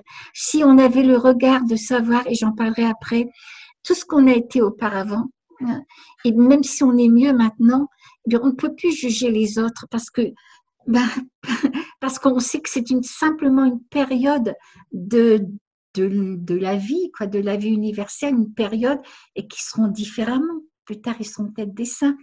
Je voulais dire en même temps que durant l'expérience, on m'a montré mon avenir. On m'a demandé si je voulais rester de l'autre côté ou si je voulais revenir sur la terre. Malgré que j'étais mariée, que j'aime mon mari, que j'adore mes enfants, évidemment, eh bien, je n'avais qu'une seule envie, c'était rester de l'autre côté parce que ça peut paraître paradoxal, mais je n'aurais pas eu l'impression d'être séparée d'eux. Si j'avais pu m'accrocher à l'ultime, à la pointe de mon âme, comme je dis tout le temps, dans cette partie la plus haute possible, eh bien, j'aurais été capable de remettre mon mari et mes enfants dans les bras de la providence divine en sachant que tout irait bien pour eux. J'aurais pu faire ce grand lâcher-prise. Mais en même temps, j'étais à la fois cette ultime pointe de mon âme, puis en même temps, je redevenais quelquefois très humaine. Et si je rebaissais dans mes vibrations, alors là, je ne voulais pas que mes enfants soient orphelins, je ne voulais pas qu'ils souffrent de l'absence de leur maman. Je ne voulais pas non plus qu'ils tendent des bras à quelqu'un d'autre que moi, une autre maman que moi. Je voulais que mon mari soit heureux, mais surtout pas dans les bras d'une autre femme. Est-ce que c'est mon incapacité à vivre à cette hauteur-là, ou est-ce que c'était mon destin de revenir dans mon corps?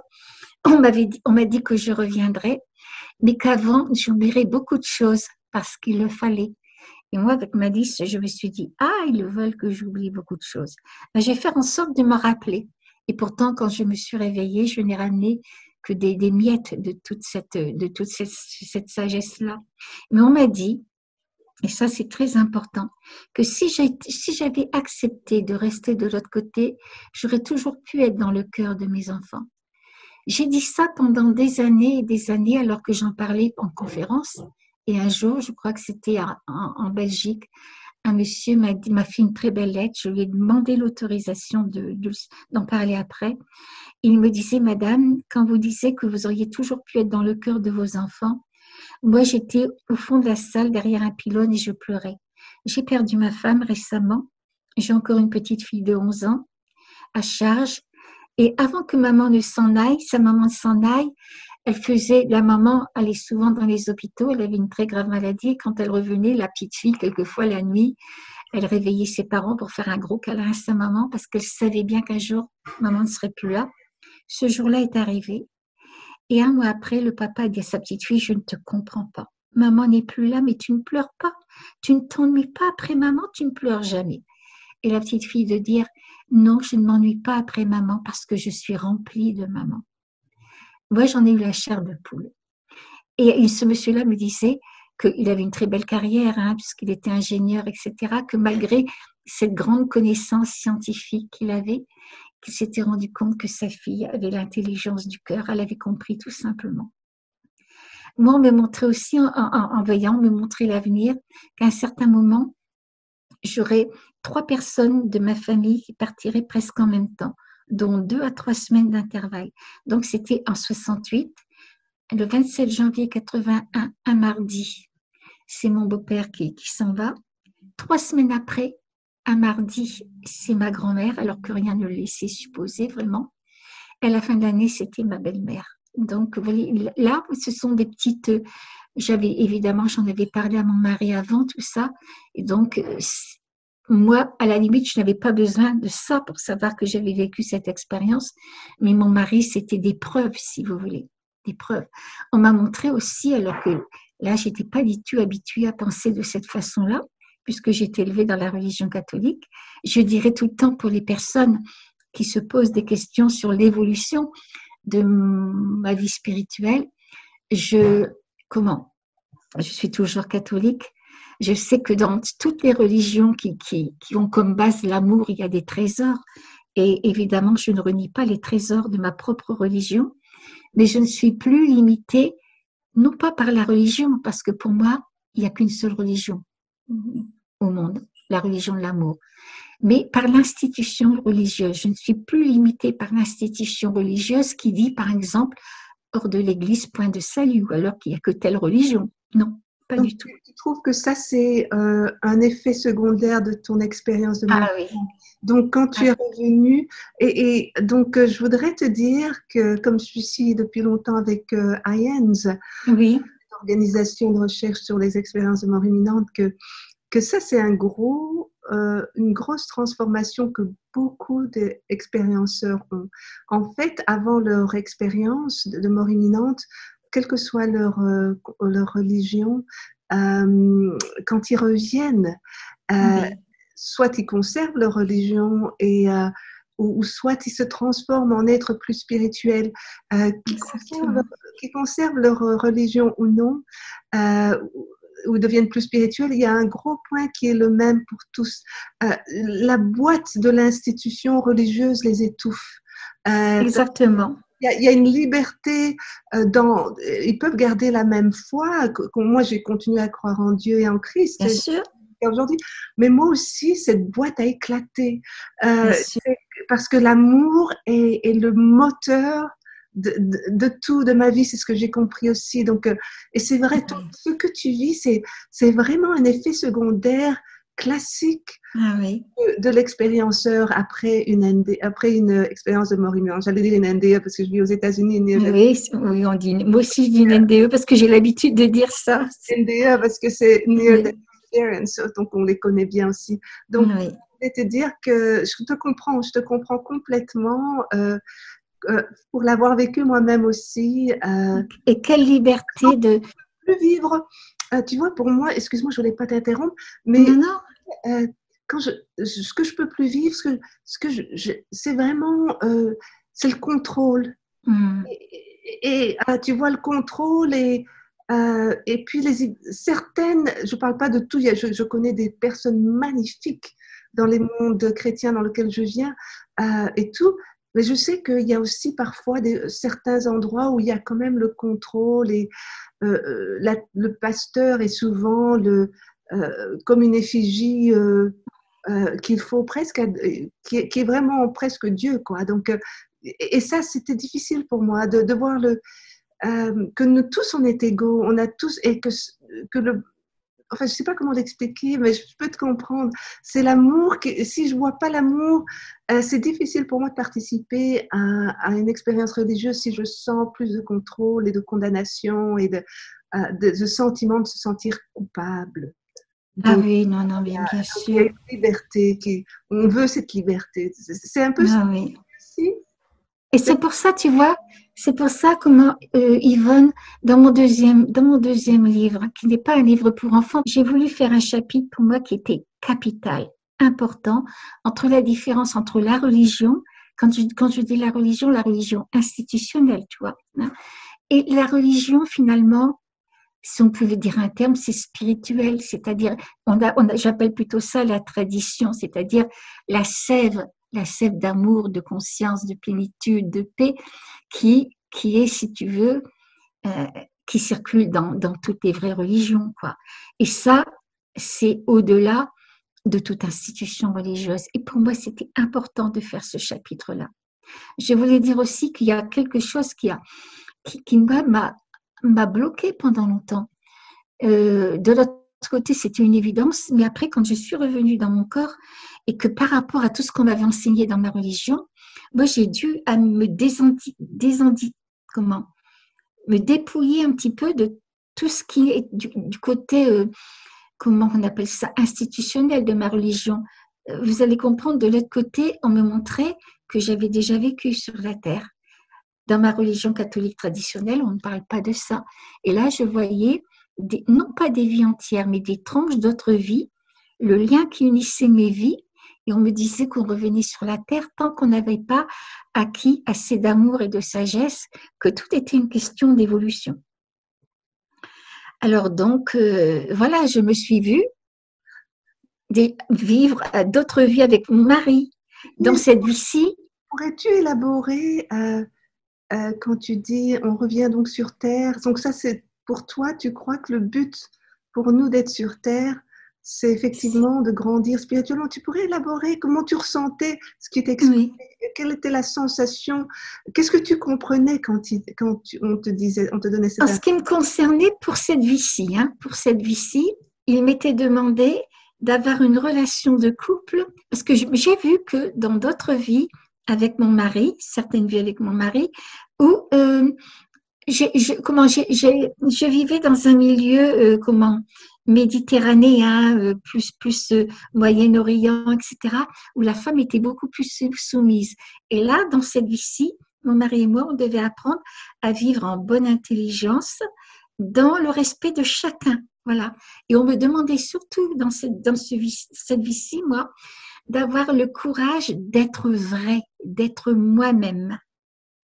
Et donc, tu veux dire que quand tu as déjà vécu sur Terre d'autres vies avec ton mari, c'était le même mari, c'était le même esprit avec lequel tu reviens? Je, certaines vies, oui, oui, oui, oui, oui, oui, oui, oui, oui. Je ne dis pas que ça doit être tout le temps comme ça, mais pour moi, c'était ça.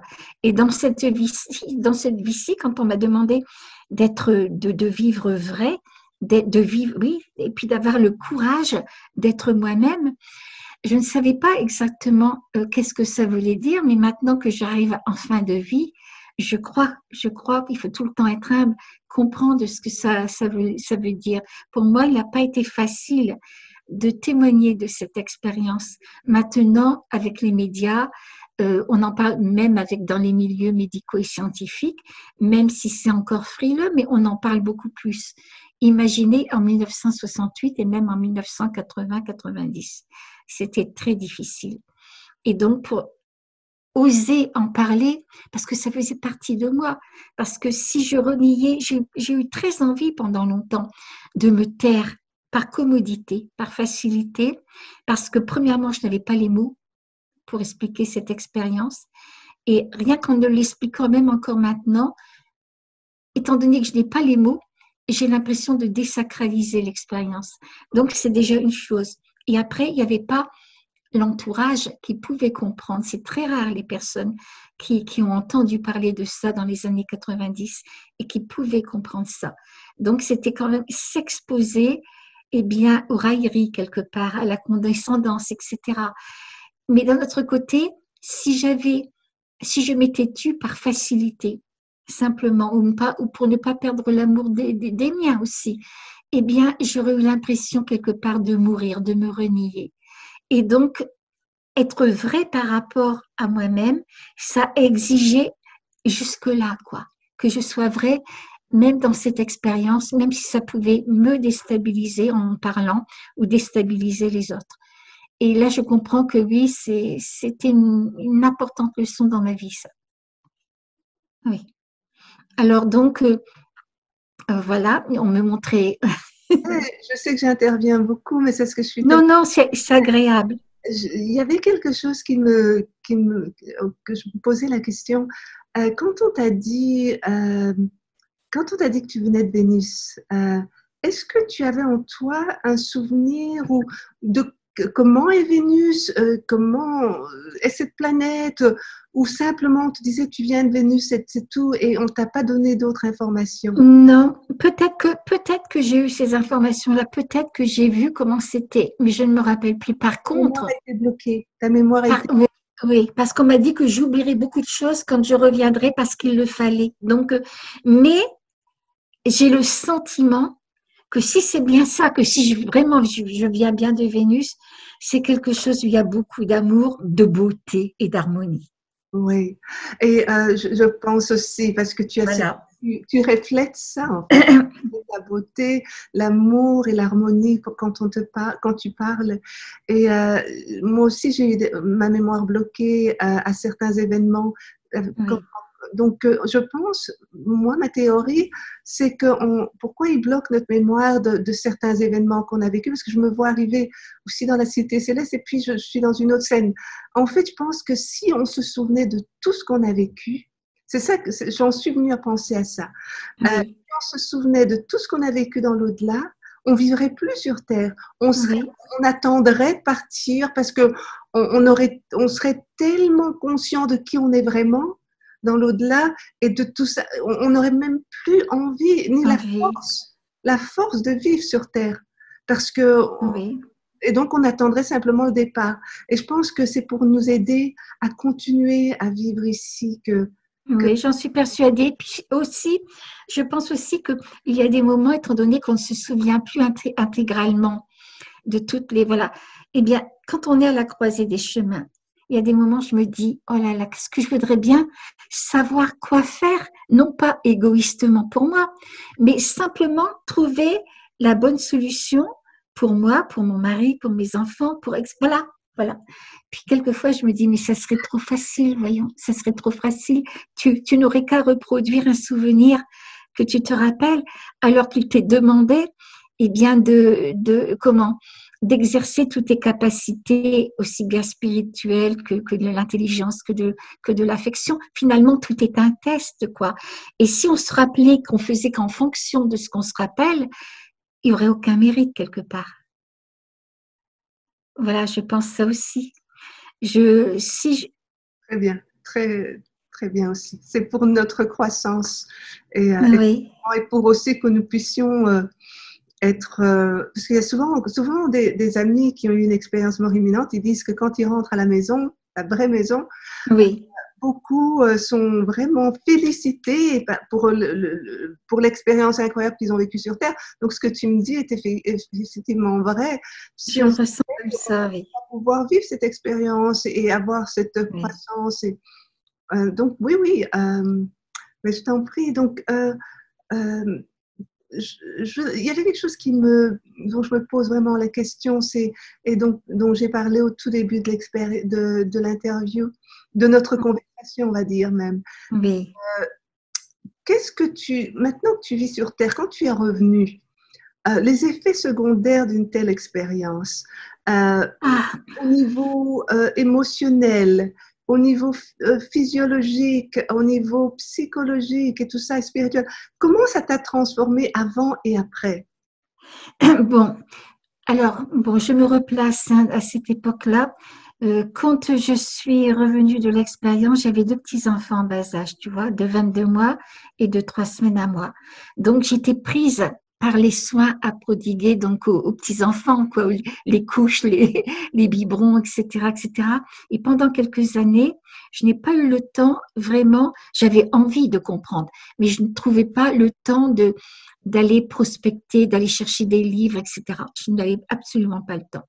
Puis quelque part, je me dis merci parce que c'est une période qui m'a permis de m'ancrer dans le quotidien. M'ancrer avec les petits-enfants, j'étais obligée de faire ça. Plus tard, ils sont partis à l'école maternelle. J'ai disposé d'un peu plus de temps. Mais ce qui était difficile pour moi à vivre, tout était chamboulé en moi. Bon, je ne trouvais pas les émissions de télévision belles. Tout ce qu'on proposait, c'était moche ce qu'on proposait aux jeunes, aux enfants, etc. Par rapport à l'harmonie, la beauté de l'autre côté, franchement, ça faisait un fossé. Je me rappelle que je me suis acheté un cristal pour me rappeler de la pureté de l'autre côté. Et puis, j'ai dû apprendre à vivre avec. J'en ai pas parlé même à mon mari. J'ai attendu 10 ans avant d'en parler. Non pas parce que il aurait été hostile, c'est parce que je n'avais pas les mots, parce que, parce que j'avais peur que on ne me croit pas et que, par exemple, même à ma mère, à ma propre mère, j'en ai parlé 10 ans après. Elle m'a dit, mais comment tu as fait, ma fille, pour conserver ça tout seul? Mais je dis, maman, imagine-toi, si je t'en avais parlé, que j'aurais ressenti un peu de doute de ta part. Pour moi, ça aurait été terrible. C'était un peu avec mon mari pareil, surtout qu'il ne s'était jamais interrogé spirituellement sur le sens de la vie, etc. Donc voilà. Et puis, on a un ami très cher qui nous a quittés, il était jeune, il avait 40 ans. Et là, donc, j'ai commencé à en parler. Et aussi bien à mon mari qu'à ma mère. Et puis, ça n'a pas été facile, hein. J'y allais, comment qu'on appelle ça, bâton rompu à dose homéopathique. Et puis, je me disais à cette époque-là que si je n'en parlais pas, c'était la cause des autres, parce que leur fermeture, eh bien, était telle que je ne pouvais pas en parler. Mais d'un autre côté, je vivais tellement mal que j'avais l'impression de mourir. Et je n'hésite pas à dire que quand on ne peut pas être soi-même, je pense qu'on peut en mourir. Et à un certain moment, je me suis dit non, il faut que tu en parles parce que c'est ta vie, parce que maintenant c'est toi, ça fait partie de ta chair. Et lorsque j'ai commencé d'en parler, je me suis rendu compte finalement que l'obstacle n'était pas les autres, mais c'était moi. C'était ma propre peur par rapport au qu'en dira-t-on.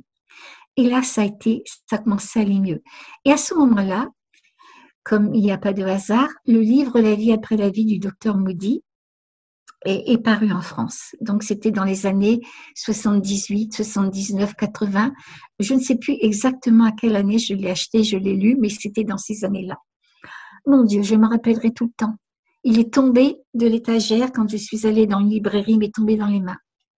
J'ai regardé, je l'ai feuilleté, j'ai regardé la 4e de couverture. J'étais le payer, mais je sanglotais à l'intérieur. Je ne voulais pas le montrer, mais je sanglotais à l'intérieur. Et quand ce jour-là, on a mangé du cassoulet parce que j'ai pas fait à manger ce jour-là. Et donc, mais à 13h, 14h, j'avais terminé de lire ce livre-là. Je l'ai racheté en plusieurs exemplaires et plus tard, je l'ai passé comme ça autour de moi. C'était un moment décisif et important de reconnaître, de savoir que d'autres personnes dans le monde avaient vécu cette expérience. Et puis après, ce qui était difficile, c'était de vivre à la pointe de moi-même. Je ne pouvais pas vivre cette beauté, cette harmonie, comme tout à l'heure on disait, Yvonne. Voilà, cette plénitude, je ne pouvais pas le vivre dans le quotidien, non pas parce que je n'aurais pas voulu le vivre, mais je ne pouvais pas parce que les êtres qui étaient autour de moi, tout ça, ils n'ont pas vécu ça. Et puis pour vivre ça, il faut soi-même aussi avoir fait tout un chemin intérieur de transformation. Donc il faut apprendre, et on le fait avec le temps, à être aussi, non pas complaisant, mais un peu plus indulgent avec soi-même, de donner le temps au temps pour se permettre d'évoluer, de grandir dans l'amour et permettre aussi aux autres. Mais la chose la plus importante, c'était de maintenir quand même, après cette expérience, de maintenir un lien familial consistant finalement, quoi. Parce que je ne pouvais pas abreuver mon mari et mes enfants de cette expérience, parce qu'ils avaient leur vie aussi à vivre, parce que voilà, mais il fallait que je trouve le point d'intersection entre cette grande vie qui m'appelait de l'autre côté, cette vie spirituelle, quoi, et puis ce que je pouvais réaliser sur la terre. Voilà, j'avais à protéger mes enfants contre une aspiration peut-être trop forte qu'ils n'auraient pas compris à cette époque-là, tout en conservant à l'intérieur de moi cette aspiration-là, tout en la vivant secrètement quelque part. Mais oui, c'est vrai que Voilà. C'est vrai que cette expérience, que cet après est tellement transcendant finalement. Et Oui. c'est souvent, moi je l'explique comme ça pour moi, c'est souvent comme, puisque l'expérience de l'au-delà, cette magnifique appel que tu as eu de l'au-delà, est tellement plus réelle que la réalité. C'est plus réel, bien sûr. C'est beaucoup plus réel. C'est comme si on s'était réveillé d'un rêve, et le rêve, c'est ici, c'est cette terre. Donc forcément, quand on revient sur terre, cette vie-là prend l'ascendant sur tout, sur notre. Oui. On a cette. Il y a le quotidien. Oui, Le quotidien. ça ne nous quitte jamais. Et donc, on a ce désir, ce besoin d'en parler à l'autre, de l'exprimer, mais il y a, comme tu disais, cette crainte de passer pour quelqu'un de totalement déséquilibré. Donc, il y a cette crainte et cette hésitation, mais c'est vraiment, c'est aussi un effet secondaire de. Je voulais te dire ici. Un petit peu ce que IANS, donc cette organisation de recherche, a. Donc j'ai fait partie, tu sais. Oui, tu fais partie aussi. Je voulais te lire un peu une petite liste d'effets secondaires que les expérienceurs ont après une NDI. Et comme ça, tu peux voir si, tiens, est-ce que ça résonne avec ton cœur, avec qui tu es aujourd'hui? Je détraque les appareils électriques. Oui, voilà. Bon, ça, c'est un gros point. C'est un gros point qui fait. Physiquement, voilà. Je l'ai eu aussi après mon expérience. J'ai eu 3 ordinateurs qui ont craché alors que je travaille dans l'informatique. Donc, je comprends très bien ton point. Donc, je vais te lire 2-3 et alors, quelques-uns. Et si tu peux me dire, tiens, là j'ai vécu ça, si tu pouvais m'en parler. Oui. En fait, je te donne une liste, mais qui n'est pas une liste exhaustive. Il y en a plus, mais ça, ce sont ceux qu'on retrouve beaucoup après la recherche qui a été faite auprès de plusieurs centaines d'expérienceurs. Donc la vie est transformée pour toujours. Il y a,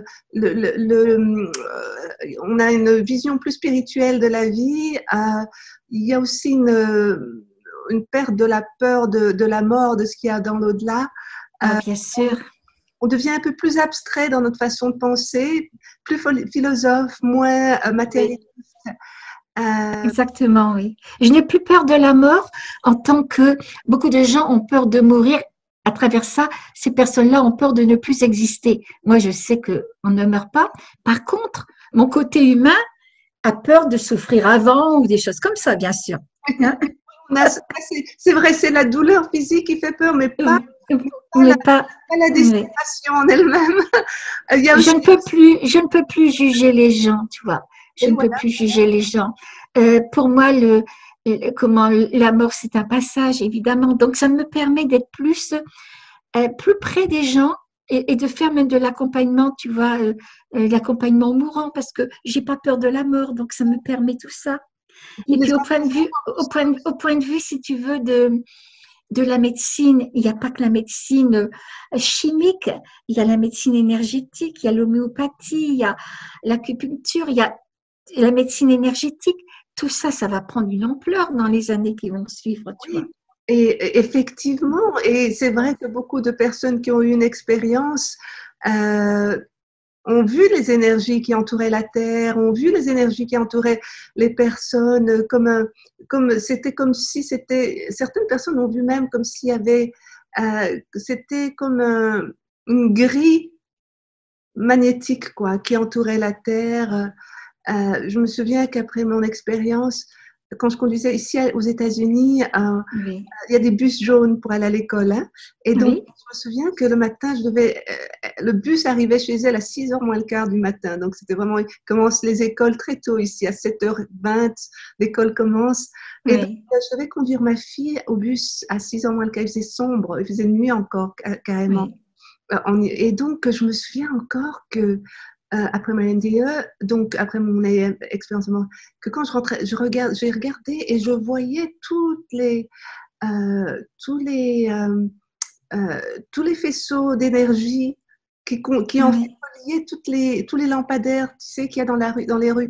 Je les voyais totalement connectés les uns avec les autres. Et j'en revenais pas de ce que je voyais. Je dis, j'en reviens pas que je vois ça. Donc c'est vrai qu'on voit les énergies que finalement, c'est un des effets secondaires. Les expérienceurs sont attirés par tout ce qui est médecine alternative, holistique.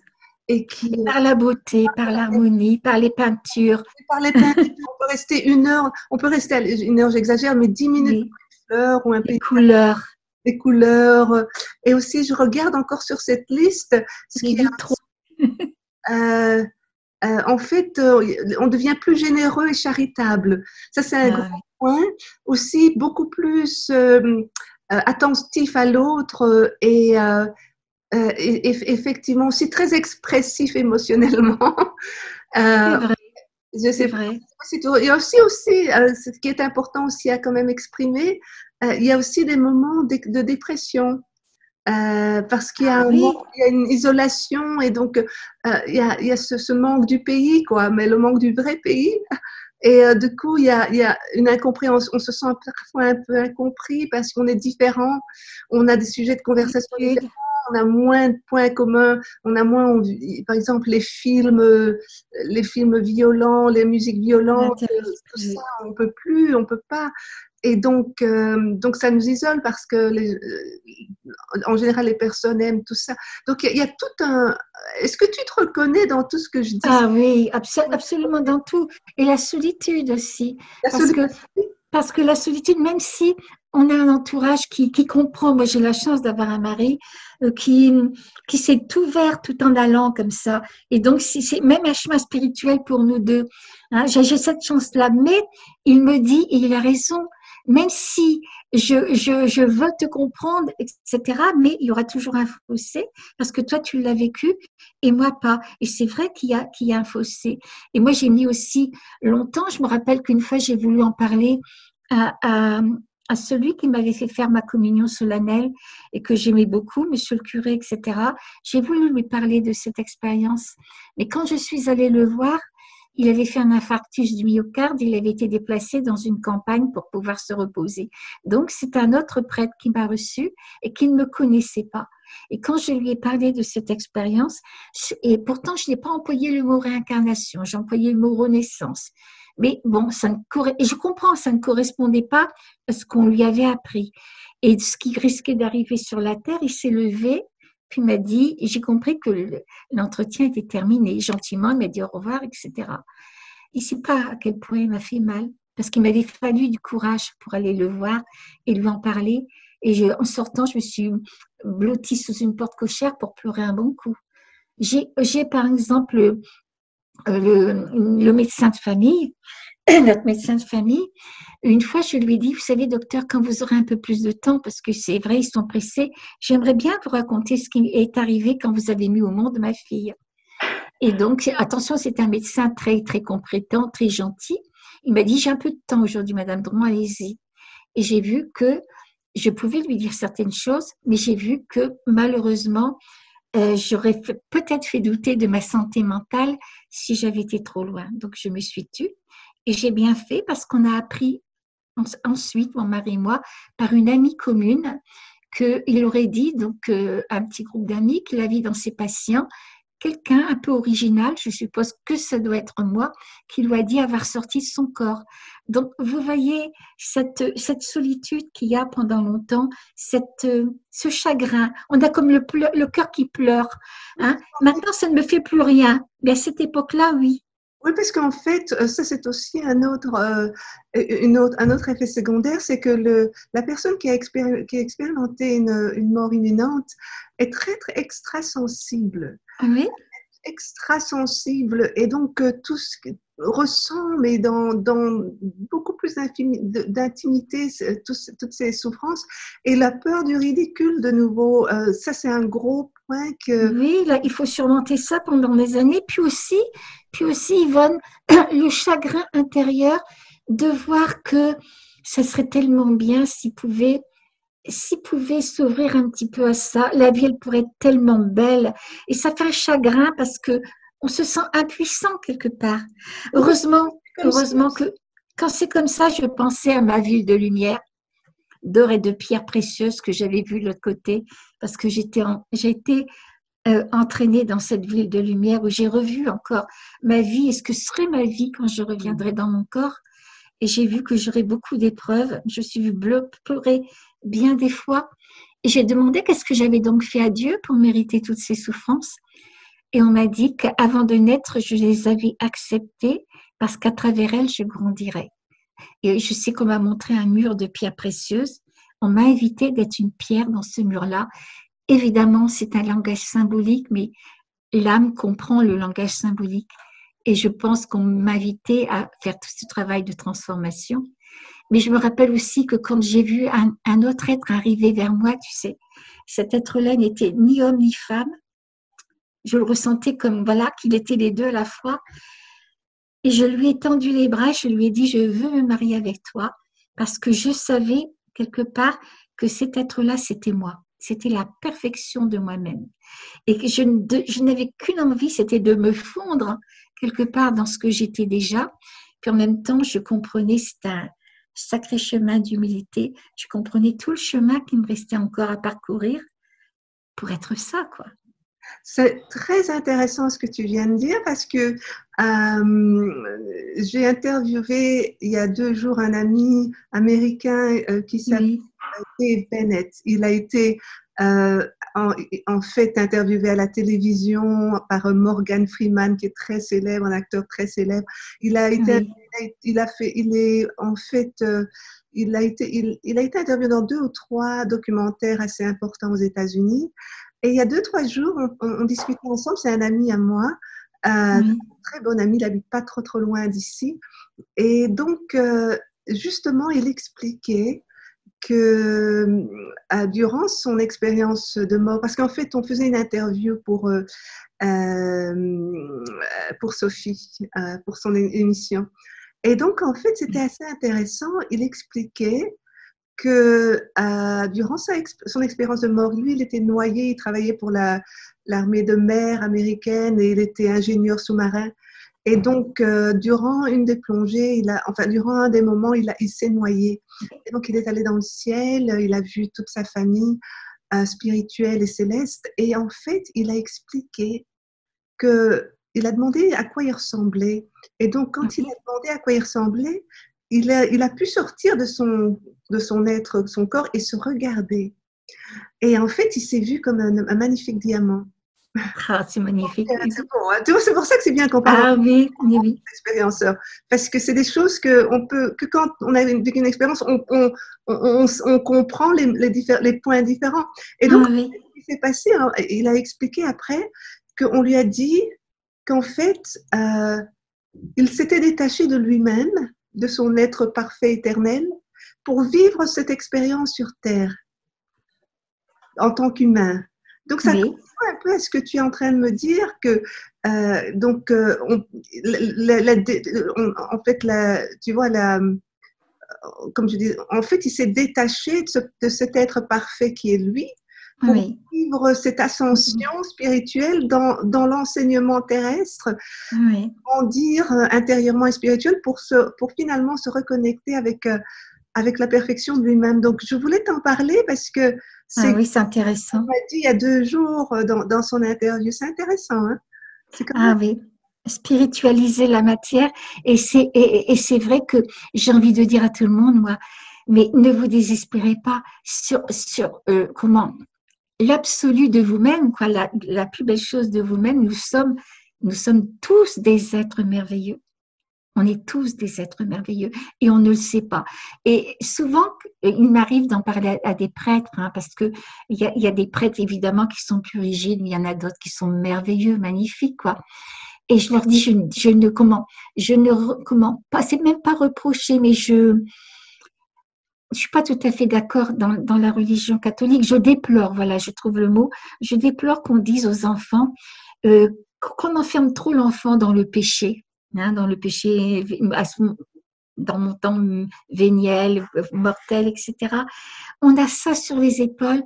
Et moi, je trouve qu'on devrait dire aux enfants, tu sais, ce que tu es vraiment, ton être réel, c'est quelqu'un de magnifique. Accroche-toi, accroche-toi à ton étoile, accroche-toi à cet être-là, parce que dans ta vie, tu auras toute la force nécessaire pour traverser tous les moments de ta vie. Si tu penses à ce que tu es au fond de toi-même, tu auras cette force-là. Et je crois qu'on devrait dire ça aux enfants, parce que c'est vrai quelque part qu'on est magnifique. Absolument, absolument. J'aime beaucoup ce que tu dis parce que tu vois, un de mes rêves, je me disais, si j'étais millionnaire, milliardaire, ce que je ferais, c'est créer Oui, des écoles dans les endroits moins privilégiés du monde, oui, dans lesquels les enfants ils apprendraient ça. apprendraient dès leur enfance d'où ils viennent, qui ils sont et comment et qu'est-ce qu'ils doivent, qui sont sur Terre Oui, pour avoir cette expérience de croissance dans l'amour et explorer ça dans un corps humain entre les uns les autres. En fait, ça pourrait être tellement oui, merveilleux si chaque enfant grandissait avec cette célébration de lui-même, de bien l'amour sûr. de l'autre, l'entraide de chacun. Et on pourrait vivre dans un monde qui serait, et quelque part, peut-être qu'on est en train de créer à travers toutes ces souffrances, un peu comme la femme enceinte qui quand elle accouche dans les douleurs. Peut-être que ce monde est en train de créer Il est en train d'accoucher. un monde d'amour, mais qu'il faut Oui, compter, parce que c'est vrai que quand on pense à comment on vivait au Moyen Âge et maintenant, quand même, il y a beaucoup plus de respect de l'être humain, bien sûr. il y a beaucoup plus de respect de la femme aussi, qui a été quand même beaucoup diminuée à travers les âges. Donc, on est en train d'aller vers une croissance. Et je pense qu'un jour, je ne sais pas si tu m'as dit, tu m'as parlé un jour que Jésus t'a dit quelque chose à propos de la planète Terre et ce qu'on allait devenir. Tu veux en Ah oui, parler avant? ah oui, oui, j'ai su, on m'a dit que la planète Terre n'était pas une planète sacrée, mais qu'elle rentrait dans le processus d'être une planète sacrée et que le Christ viendrait rétablir les mystères et l'initiation. Alors ça, je me rappelle, toi, c'est inscrit en moi. Alors, mais je ne savais pas, moi, qu'est-ce que ça voulait dire une planète sacrée, une planète non sacrée. Tu vois, on m'a fait, c'est ce qui est vraiment étrange, on m'a fait retenir des choses comme ça, des petites choses, peut-être que ça devait me servir dans mon parcours de vie après, ou pour transmettre, je ne sais pas. Alors, je sais maintenant qu'une planète sacrée, c'est une planète qui a acquis un certain niveau de conscience, d'amour, de sagesse, etc. Donc, on est dans le processus d'être une planète sacrée. Bon, ça se fait avec les tribulations d'une femme qui enfante, c'est évident. Bon, qu'il est venu rétablir les mystères et l'initiation. Bon, pour moi, ça c'est important parce que pour moi, c'est pas suffisant d'appartenir à une congrégation, à une religion, ce qui est déjà beaucoup. Ça nous donne des bases, voilà, c'est important.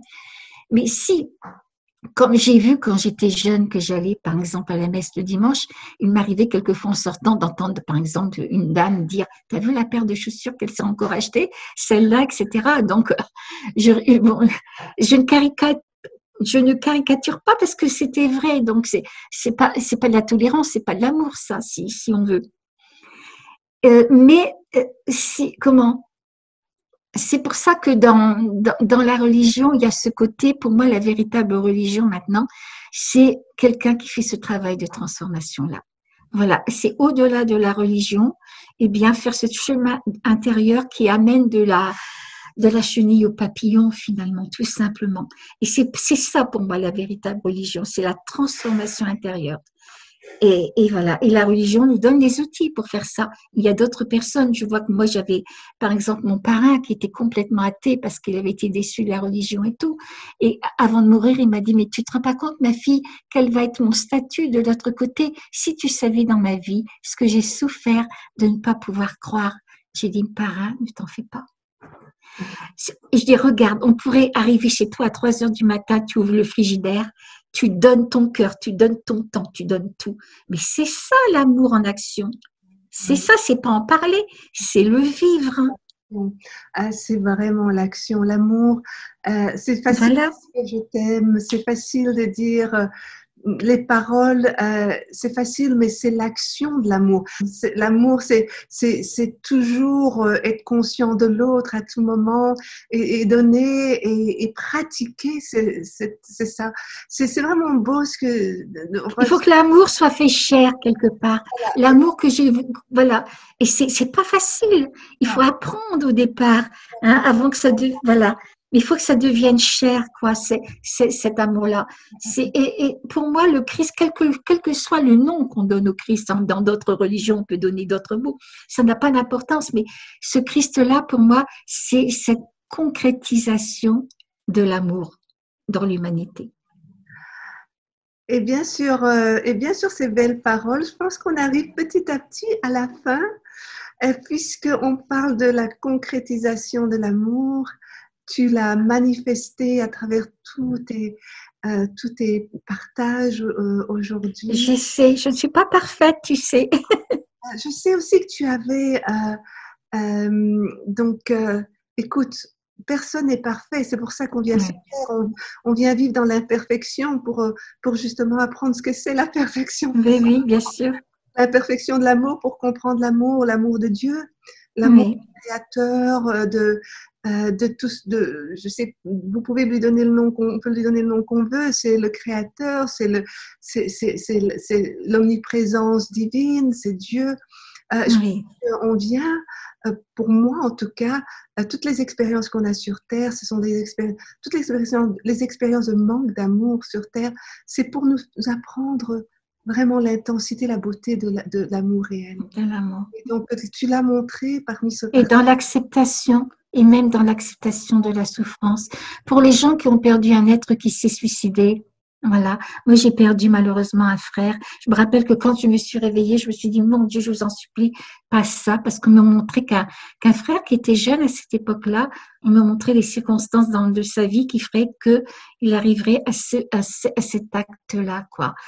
Et bon, eh bien, je ne fais pas l'apologie du suicide, etc. Mais je voudrais dire que ces êtres-là, ils rentrent dans l'amour. Et si sur Terre, il y a malheureusement des êtres qui jugent en disant ceci n'aurait pas dû faire ceci, cela, de l'autre côté, il n'y a que le Christ qui peut connaître une âme et le pourquoi des choses qui ont fait que ça. Et cet être-là se trouve dans un amour qui construit.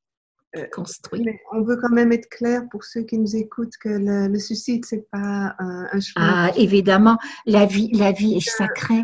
La La vie, vie est sacrée, c'est une chance qui nous est donnée pour évoluer, justement. oui, Mais je veux dire par là que je ne veux pas être du côté des gens qui, qui sont enfermés par, comme une institution dans leur tête. Ça, c'est bien, ça, c'est mal, etc., elle a etc. dit ça. Oui, donc, du coup, Voilà, alors que la Bible parle de l'amour finalement. voilà. Ces êtres-là vont retrouver l'amour du Christ et certainement qu'on leur donnera la force plus tard de savoir résister à des épreuves semblables, quoi.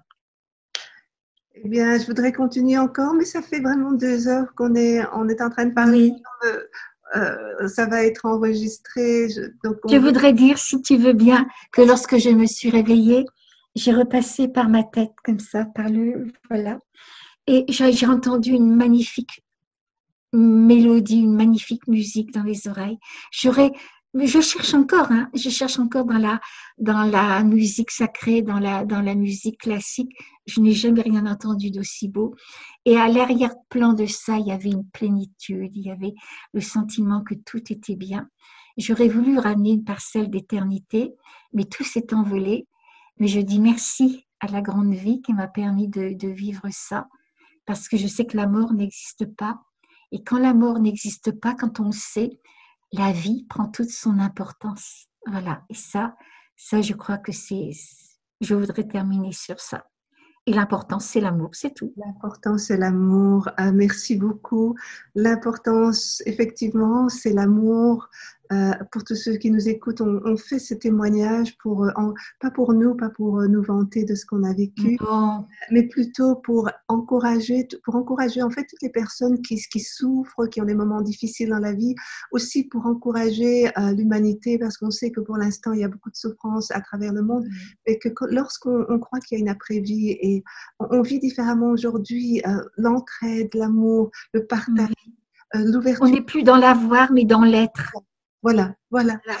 Et que quand on mourra, on va laisser, moi je dis tout le temps, on va laisser nos belles robes, notre belle voiture, notre belle maison.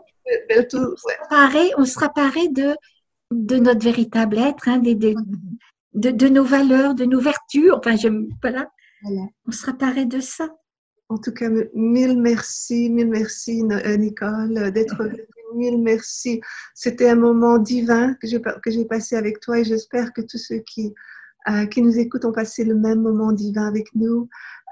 Tu as été un grand encouragement pour moi-même et pour probablement beaucoup d'autres.